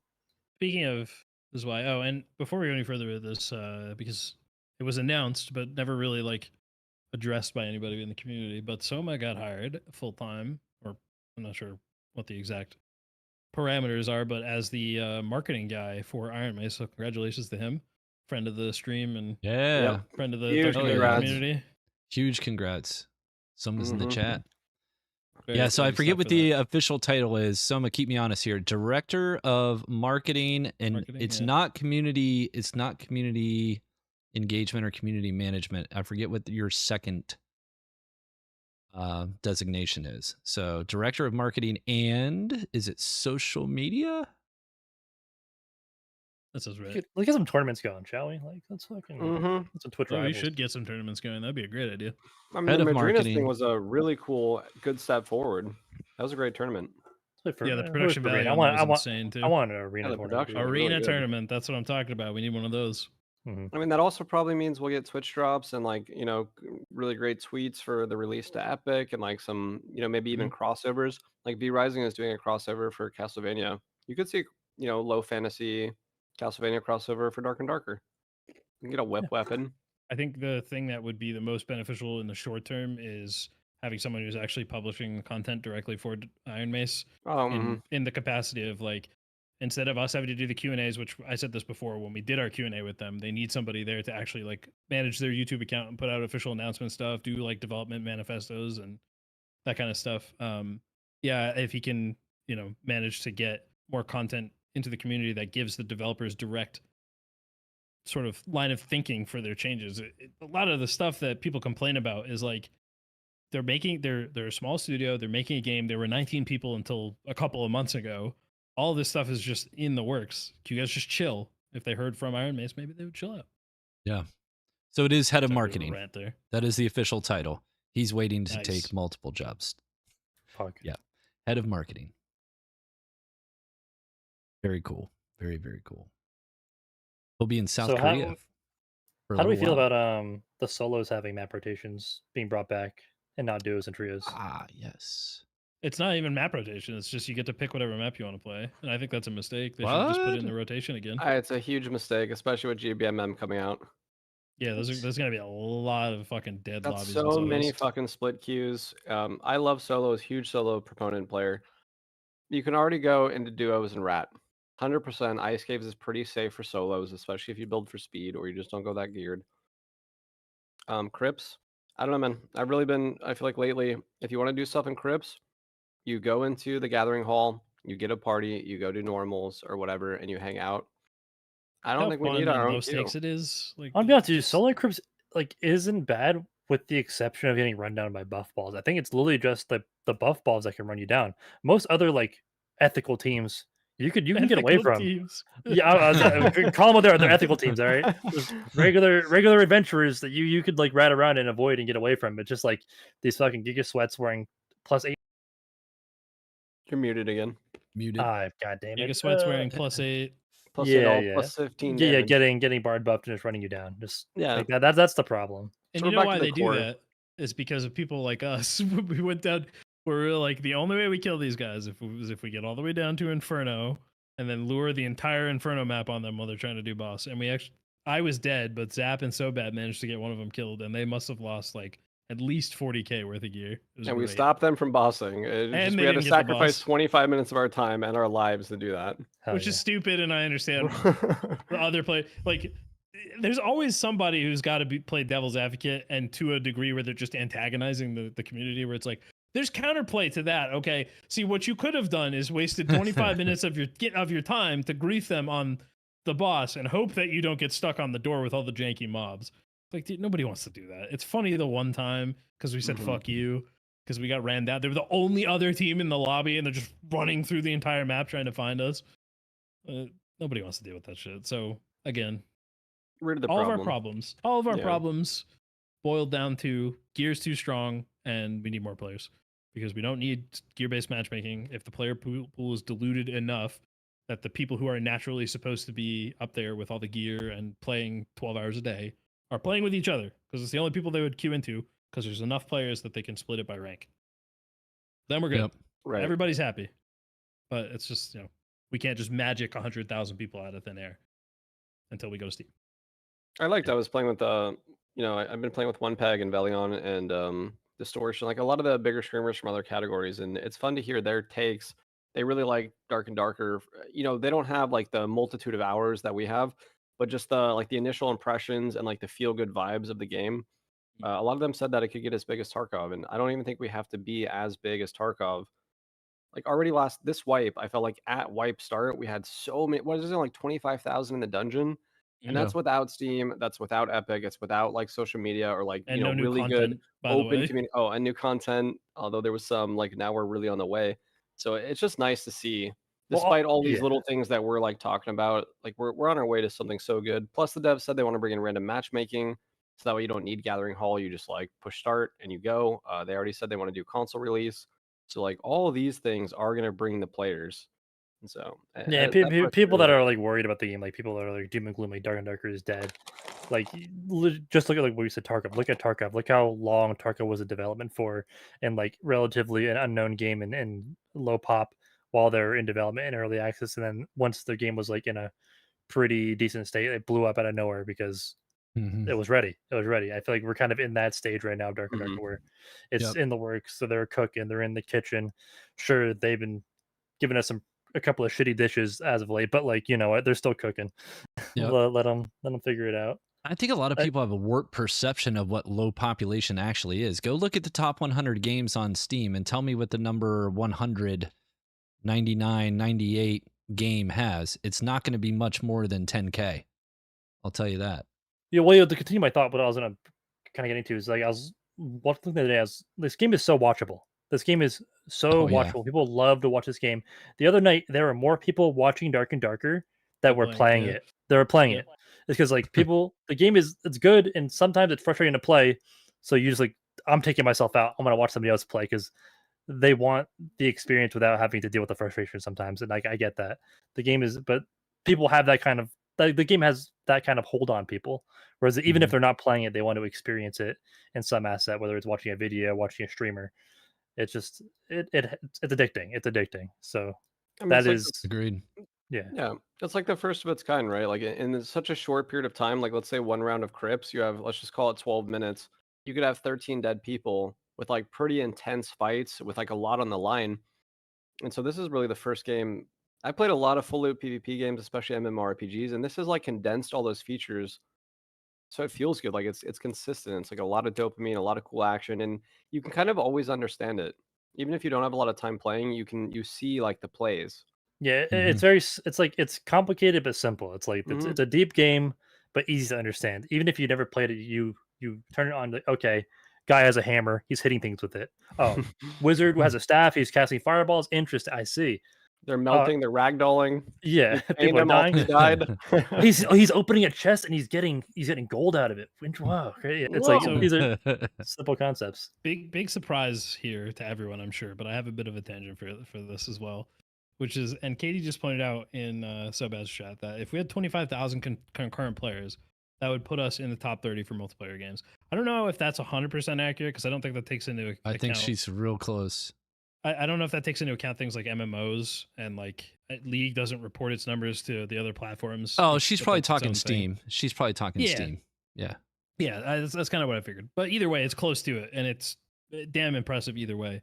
But if you're a fighting game fan, which I know that's probably not that many people that are watching this, but maybe some, you are familiar with what an actually dead fighting game is like. You've probably played one in your life where the only way that you can play it is if you find other people on Discord to sit down and play matches with. And there's a content creator in fighting games named Sajam who just made a video about the constant cycle of whinging and what effect it has on the communities. And people don't take this into account when they talk about games. You just start bitching on Discord and on Reddit. All you're doing is just dooming and everything sucks. And this game fucking blows. And I feel personally attacked. I feel personally attacked. And they should just fucking. It's not. All it does is it just makes it harder for other people to enjoy. And eventually, what happens is people just kind of like kill off. People don't think it will happen, but it does. You just kill off the community of a game by just making it so unapproachable and toxic that nobody wants to be a part of it. Yeah, we're looking at you rogue players on Reddit. All you rogue players. Yeah, shut up, be quiet. You're strong enough, goddamn you.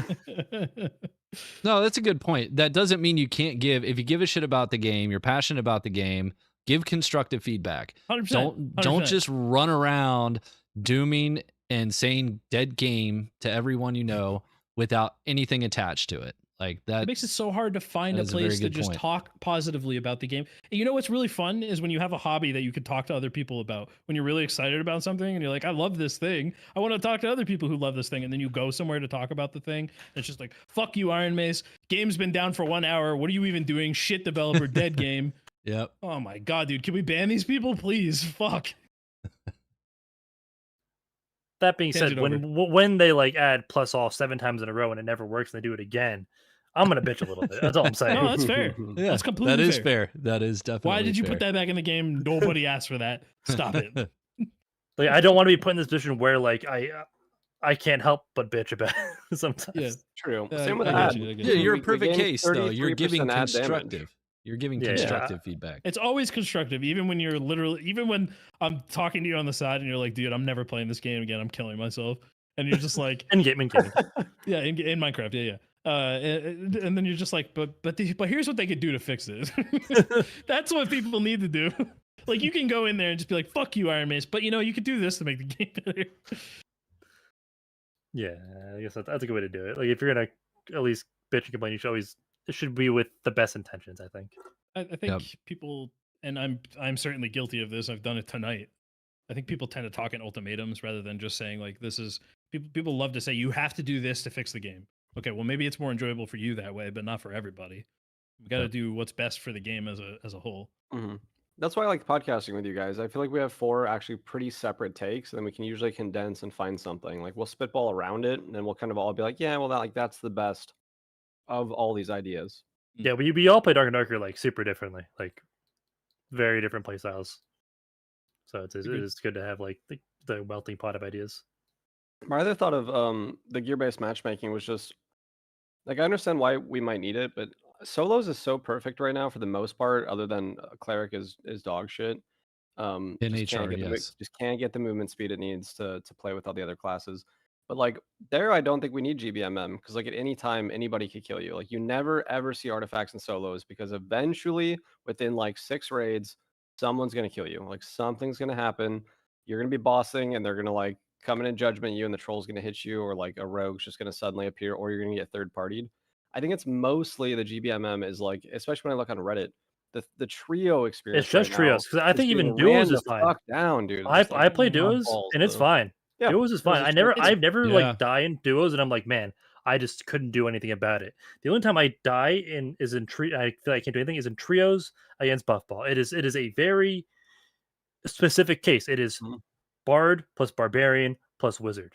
This is the problem. It has been the problem for a year. There's other combinations of classes that can still just abuse the shit out of really high tier gear, but it generally includes one Bard, of those classes. It's usually Bard, Wizard, Fighter, Bard, Wizard, Barb, or Bard, Wizard, Wizard's Cleric. 10% movement speed, and the Bard's like free movement speed, and so it's just the MS of the +2 all of the here comes 200 harmonic shield, one shotting me. I'm like, oh god. Like the minute we saw them, we heard them all like we heard them all buffing. Everyone was like every man for himself, and we were like all in different crawl spaces. We were like all in the swarm, and we could still hear them like the faint echoes of fucking buffballing. Dude, I was so pissed that they killed me in the wall like that. That was bullshit. I don't know if that guy was cheating and just got a straight up chain lightning through a wall, or if he just went around and I couldn't hear him. But either way, yeah, it's I think the other problem is, and Katie's gonna love this when I mention this because she was all about this yesterday, is that there's still also a really big problem with RMT and the way that the market and trading works. There's definitely I went today and looked because I was curious, because I was also skeptical so bad. I was curious about what the Dark and Darker RMT market looks like. So I went today and I did some research, and I had to do it on a proxy because I can't access any Chinese sites on my work computer. So I had to do it from my phone and do it through proxies. And I was really surprised by what I saw in there. There were artifacts going for like $30.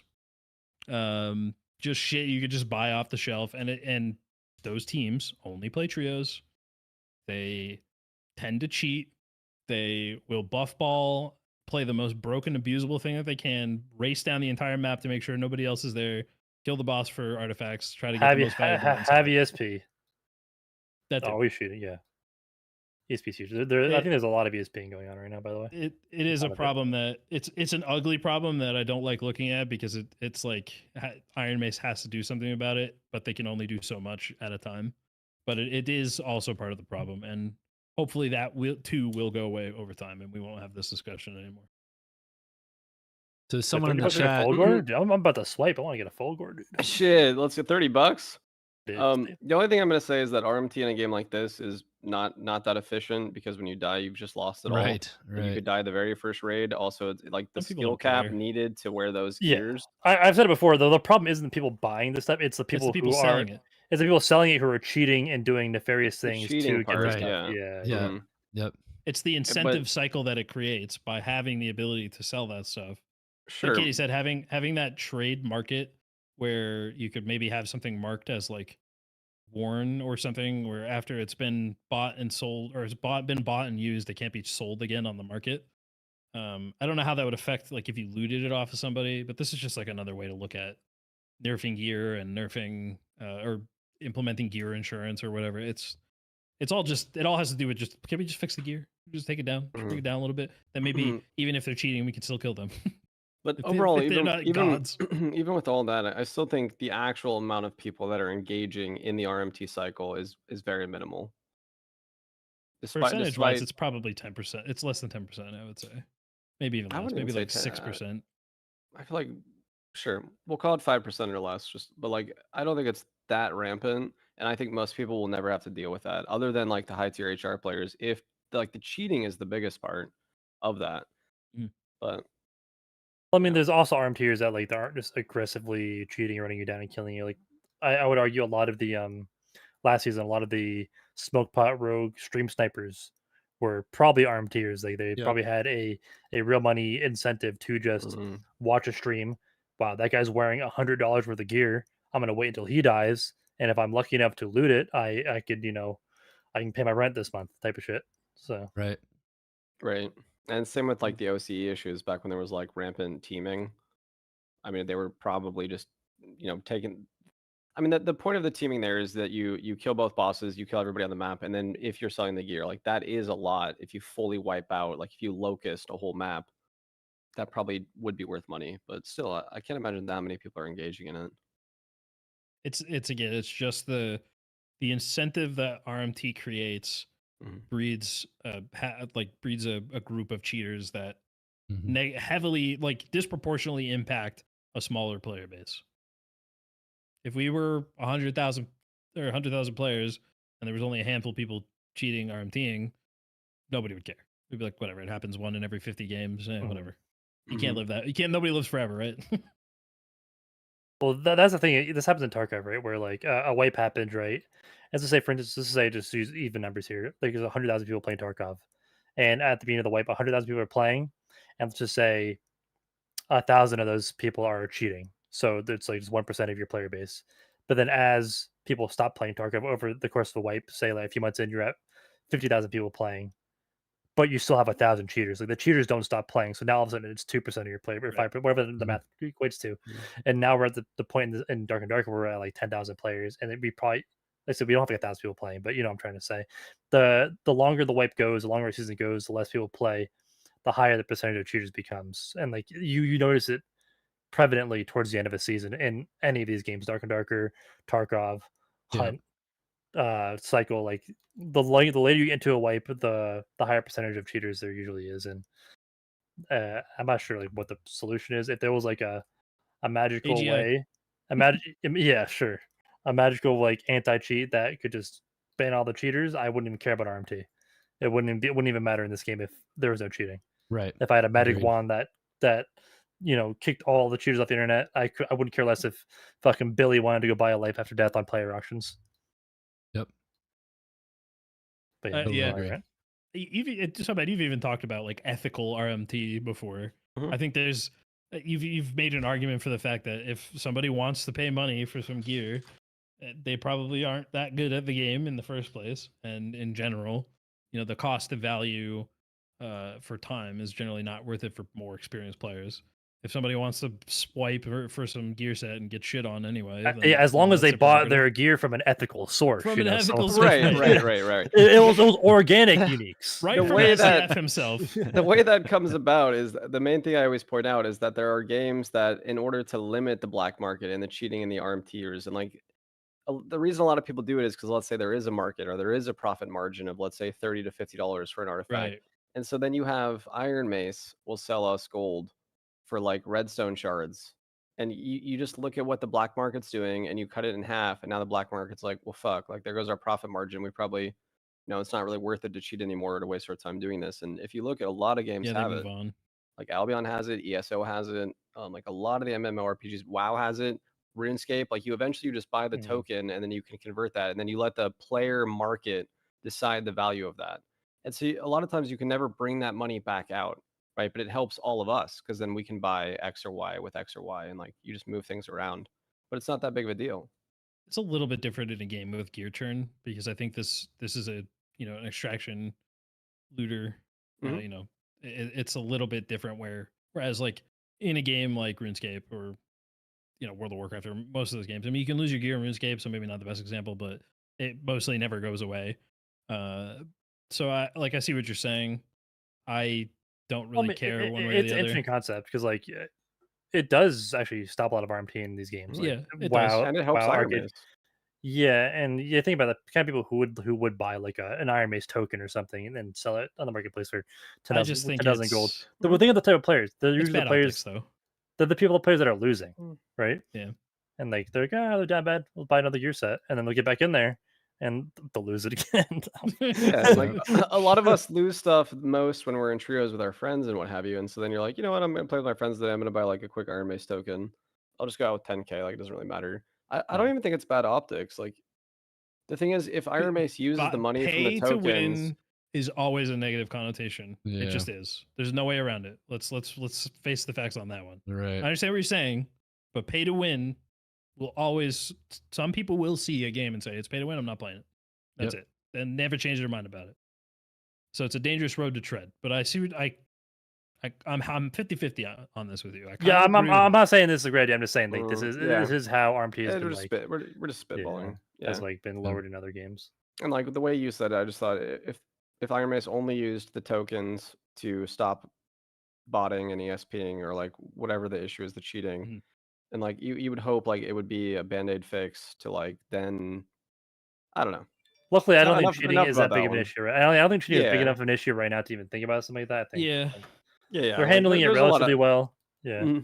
I honestly, if ESP is the worst thing, like I'm kind of surprised. I don't feel like I've been hacked even once this wipe. And in the past, especially like 2 wipes ago, it was really rampant, especially like the fucking ranged hacks or like the one-shot headshot hacks. I can see ESP being an issue, but at least with ESP, you can still fight them. I think a big easy solution that would help a lot. I want to solve every problem. Is just like we have the death cam now, which is nice. Like I died to a guy the other day, and I was like, is that guy cheating? I wasn't sure, and I saw the death cam. I was like, oh, this guy is definitely cheating. Reported him. Yeah, banned. But to go another step further, is I think if we just had full raid replays, like if I had there was a database where I can go back and see like my past 10 raids and go watch a replay and see how somebody acted, because like there's times where like I'll get spawn rushed or I'll get like pushed in storm. And like, there's no reason why I should be getting pushed in storm. There's no open doors, nothing. There's no trail of bodies. And I'm like, all right, either these guys are ESPing or they're stream sniping. And if I could go watch a replay, I could see if they're ESPing, because you could just see them look at you through walls and shit. Like you when I play Counter-Strike or Valorant and you like go watch a replay, like when you think somebody's walling, you're like, oh, this guy is okay. Now he is walling. I've seen the replay. I see how you're playing. You're not playing like a person who doesn't know where everybody is. You're playing like somebody who has unfair information that you could use these replays and you can build like player profiles and like find out who the cheaters are way more reliably. I think a replay system would just go such a long way. I think Tarkov needs this shit too. Tarkov needed this years ago. Right. But yeah, replays would be massive. So there's a topic of conversation here in the chat about how, and we did address this earlier, about how we're going to get casuals to be able to participate in multiclassing. A lot of people are trying to come up with ideas. Rested XP was one of the things you guys mentioned earlier. Somebody mentioned, and I think this came up in the darkest hour on Tuesday, what do we think about class-specific quests that may reset daily or weekly that would allow you to boost your XP through completing those class-specific quests? Good idea, bad idea? Yeah, I think recently from Tarkov, they have like little daily quests from the vendors that give you, X or Y. I think that's a really cool idea to interact with. I think daily quests are a great idea. I think you can make them class specific if you want. I don't think it's like a good idea or a bad idea. I think it's just could be interesting. They maybe develop.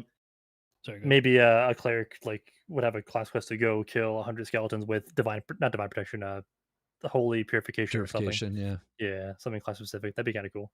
Yep. So I mentioned something about this months ago, when we were first still thinking we were going to get training.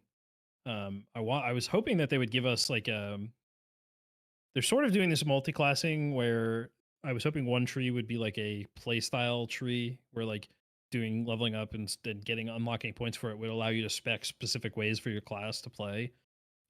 Unlock some new playstyles that didn't exist for your class before. And the example I always use was like medium armor, like a chainmail slayer fighter, but he specializes at using spears. So he was really hard to fight in like hallways and shit. And and then the other one would be something that's like more PvE oriented. I'd love to see quests that are like kill 5 demon berserkers and unlock a permanent upgrade for cleric that allows them to deal damage with holy magic to demons.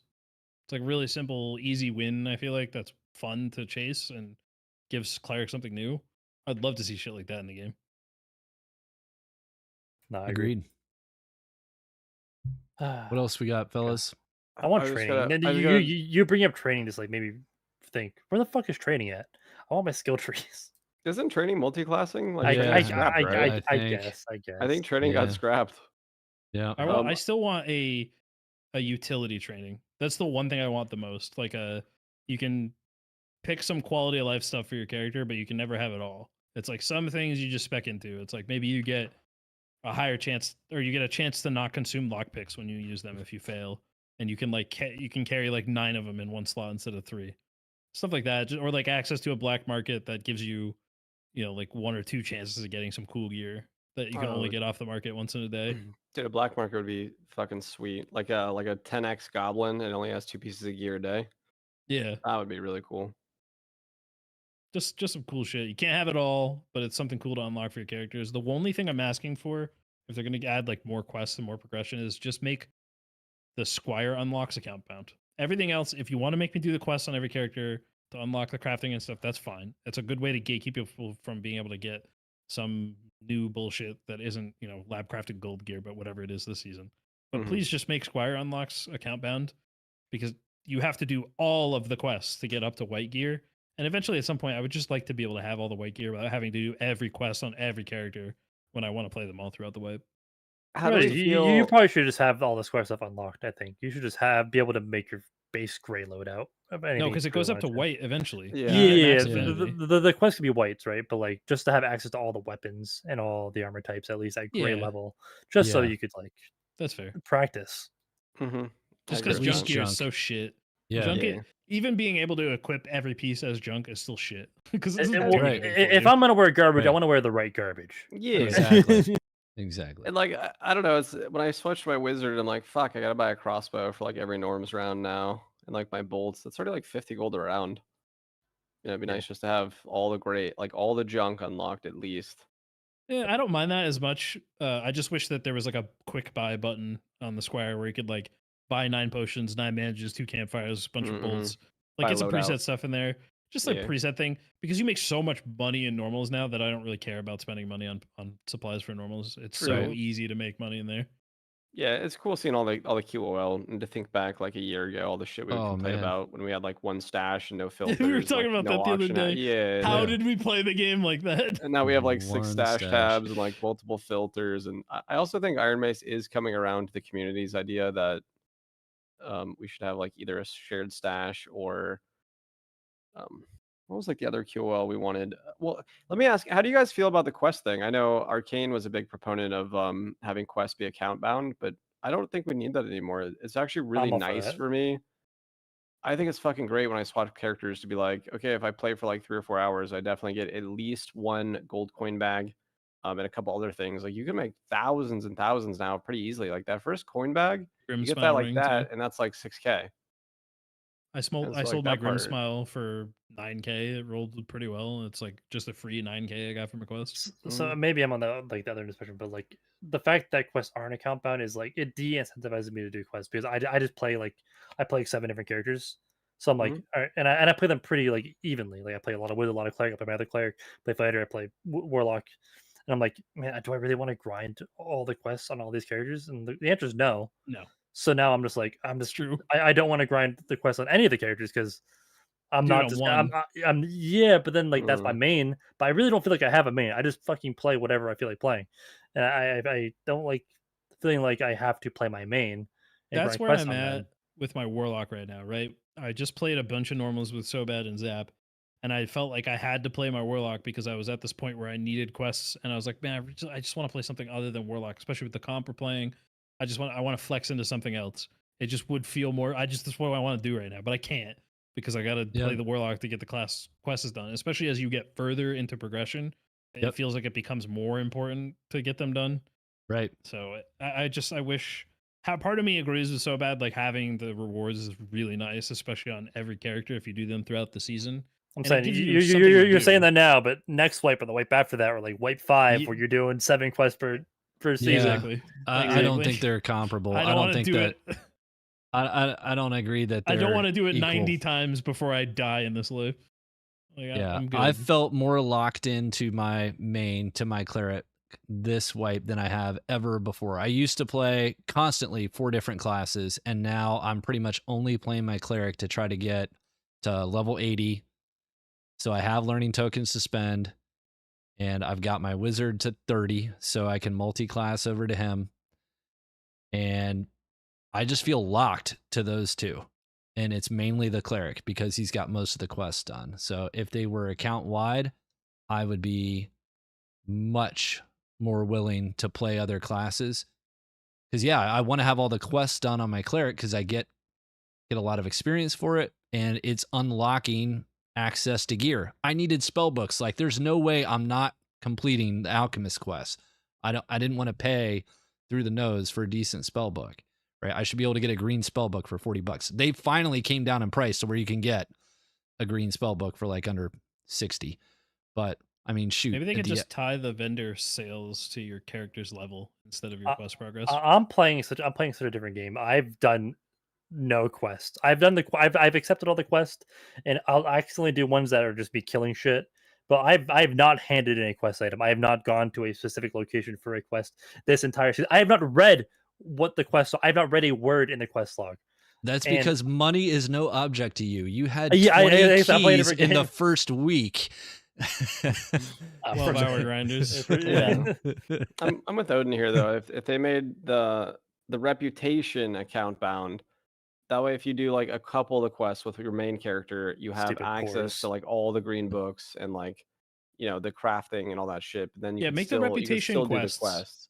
Make the reputation quests separate from the chain, but make them account bound. Yeah, that fixes every problem I can think of. Yeah. Then you get all your crafting recipes on the characters. That would fix it. You get access to everything from the squire. But there's still something to do and go achieve on each character that you play, if you so choose. Yeah, and if you want to tie it into the lore, you can use that. You can use the kin term like they're using with multiclassing. So when you gain affinity, you gain affinity for your kin, right? Your whole kin. Right. Yeah. Honestly, I think that's good. We have a lot of good ideas today. Like some of these Just should be implemented. Giving them away for free. Cards is a really good one too. We got so many. He's picking them all up right now. He's Soma, 3 or 4 of these every 4 hours. You know, we can come up with something. Same time, every week. Sometimes 3 weeks in between. Every 3 weeks, right. Yeah. Whenever we feel like it, maybe on a Saturday. Consistently inconsistent. Yeah. So here's a feeling. Sorry. No, you're good. A question from Why Do You Know? So thoughts on mob randomization, like in the dungeon where mobs, like right now you have mobs like preset everywhere. You know the exact layout where all the mobs are going to be. How do we feel about like maybe having just randomized mobs, at least shuffling them around? It'd be way better. That would make the game less boring for sure. Yes. I think put that in HR and leave it out of normals. Make normals a more casual thing because it's also more of a battle royale. But I'd be down for that in HR for sure. I mean, I'm down for map randomization as well, but I think SCF said they didn't want to do that because they wanted to reward map knowledge, which I can get behind. Speaking of map knowledge, we talked about this earlier. I actually fucking love Goblin Caves now that it's not a laggy dog shit mess, and it actually just works. That map is really good now. It's not bad. It's not bad. I do miss so much to do. Trios on Goblin Caves. I actually didn't like trios on the 5x5 probably because it was laggy and unplayable. But I feel like the 5x5 is actually better designed for solos than the 3x3 was. Remember when they first gave us a 3x3 and they like changed 2 of the modules around and like made it half HR, half the normal. So there was like a lot of verticality to the layout, but it didn't have any res tables. But it was 3 teams in there. It felt like it was an arena. It was 5x5. Goblin Caves, like trios, was a lot of fun when it wasn't. Yeah, it was lit, dude. Yeah, that didn't exist. The rooms. That didn't exist. What do you mean it didn't exist? That it was unplayable the entire time. It was. I know there was a window there where it was playable. It was a very short window. It was like a couple of days for 3 minutes on Saturday night. I guess. Sure, dude. I don't know. I got some good fights. Maybe maybe I was lucky. I don't know. And it was fun splitting, like trying to figure out if it was worth, like, we've already killed one team. Do we split to try to get both bosses real fast? Yeah. And You would send like one guy to Cyclops, one guy to the control, and me in the middle. And sometimes you get jump ball doing it. You're like, oh fuck. But it was cool. And like the rooms are nice and big, and you got some good fights. The mobs weren't super oppressive like they are in like ice caves, so like you can handle it pretty easily. And I don't know. I enjoyed it. With 3 teams felt like a better realized Inferno in some ways. Not in all ways, but in some ways it felt like a better realized Inferno because there were still some threats throughout the map, and like like bola goblins and shit, and the poison could actually like really screw you over. But the mobs were easy enough to dispatch that it was really just boiled down to the fights. And then having the excitement of being able to be the team that gets Troll or Cyclops was really cool. Or you ever get the situations where like you're in your team that would kill Troll, and then you realize that the door's open, so somebody killed Cyclops, and you guys meet in that middle room. I was talking about 3x3, but 5x5 when I know what you're talking about, but yeah, when the door is open and you guys go down, you're like, especially when it was artifacts down there sometimes. You're like, oh shit, one team killed the other boss, and we killed this boss, and we meet in that middle room in the middle pile back when the pile was still there. You're like, oh, this is actually really freaking cool. That was such a good idea from Iron Mace. The 2 bosses in that little fucking passage. It's so weird, like seeing somebody in there and being like, you know, you killed the boss, I killed the boss. Like you always check, right? Like you're always like, yeah, you know, just in case. Yeah, someone did kill him. You know, we haven't talked about this at all because I feel like it's been swept under the rug, and I can't believe we didn't bring this up. But Ice Abyss is supposed to be coming relatively soon as well. They haven't talked about it much, which makes me think it's probably getting delayed in favor of the other content. I love the ASKs minus like me dying to Cobalt every raid, but like the map itself is. But they're actually a good threat because it makes it way harder to just rush modules in ice caves. I agree. I just think that they have to like work on some of their aggro radiuses and stuff. They definitely do. But I'm really excited to see what happens with Ice Abyss. And the fact that when we did our Q&A, they weren't, you know, empirically opposed to having more players on that map, and even kind of, you know, laughed at the thought of 5v5s on that map. I would love to see what they're going to do with Ice Abyss, if this is going to be like a bigger map. Is it going to be a 5x5? Are we going to see a bigger map for the first time than 5x5? I want to play trios on ice caves again, dude. Me too. The more I'm thinking about it, like I said, I love crypts, right? I do love. I'm happy we're playing crypts again. I'm happy we're not on ruins. But like when we did have trios on ice caves, it was fun. When we did have trios on goblin caves, it was fun. Like they're good maps. There's just, you know, the only bad map they ever made is fucking ruins, and they forced us to play that for months. I bet I'd have fun with ruins for a couple games because it's been so long since we played it. Then I would go right back to why did we make this? But I'm glad they're reworking it. Ruins could get, red portal into into goblins. If they make it so it's like a little shitty castle outpost with like a mine entrance, you could play that, and then have you seen the loading screen for ruins? Think about the loading screen for ruins. It's like there's an adventurer like in the foreground. He's looking up on the cliff. There's like a big. It's like nice and blue. It's very Shatter. Nah, ruins can go fuck itself. Yeah, true. Like it looks like a castle that could be sitting above like a little forest that has a goblin cave in it. I could totally see them doing that. But I don't know if we need that. A lot of people always talk about having like an Inferno from Goblin, but I think Goblin is like the best one map of any of the maps. Like I like Ice because I also know we're gonna go down to Abyss. But, like, I think Ice Cave is the best map. I really do. I agree. Ice Cave is the best map.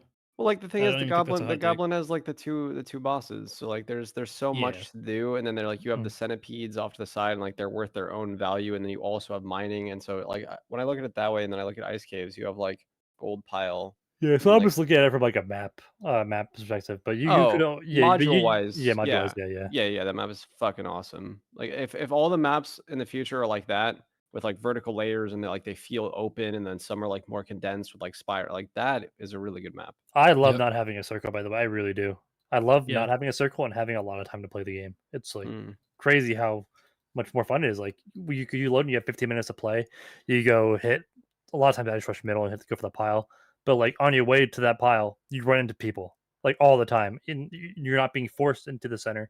You're going to the center because you have a reason to go to the center, whether it be to go kill the Cyclops in Goblin Caves, or go to the gold pile in Ice Caves, or go to the static extract that's the raft that is going to be a hot spot or to go to the Hell Abyss down portal where maybe there's only one of them. You know, who knows? What if they made it so that you have to loot the whole gold pile? You get a switch. The switch opens 2 different gates that go down to the abyss. Sure. I've been saying that for let's do that in Inferno. Let's have an extract. They're fixed. Yeah, but they're fixed. So like the rooms north and south of the gold pile room. Once you loot the gold pile, there's a switch that you can pull, and it opens up gates that go down to the next floor. And the 2 rooms north and south of it have those gates that open up, and you can just go down whenever it's finished. Sure, that sounds great. Yeah, like a shoot, and then people could also camp that. Yeah, just put traps there. You gotta be careful when you go there. Yeah, let's get rid of traps, but yeah, fuck traps. I don't know. With wait a minute, dude. Barbarians with trap mastery? Holy shit. Can we stop talking about the fucking barbarians? Oh my god. That's today, boys. Multiclassing today. Yes. Incoming. Let's go. This 24-hour UTC. Yeah.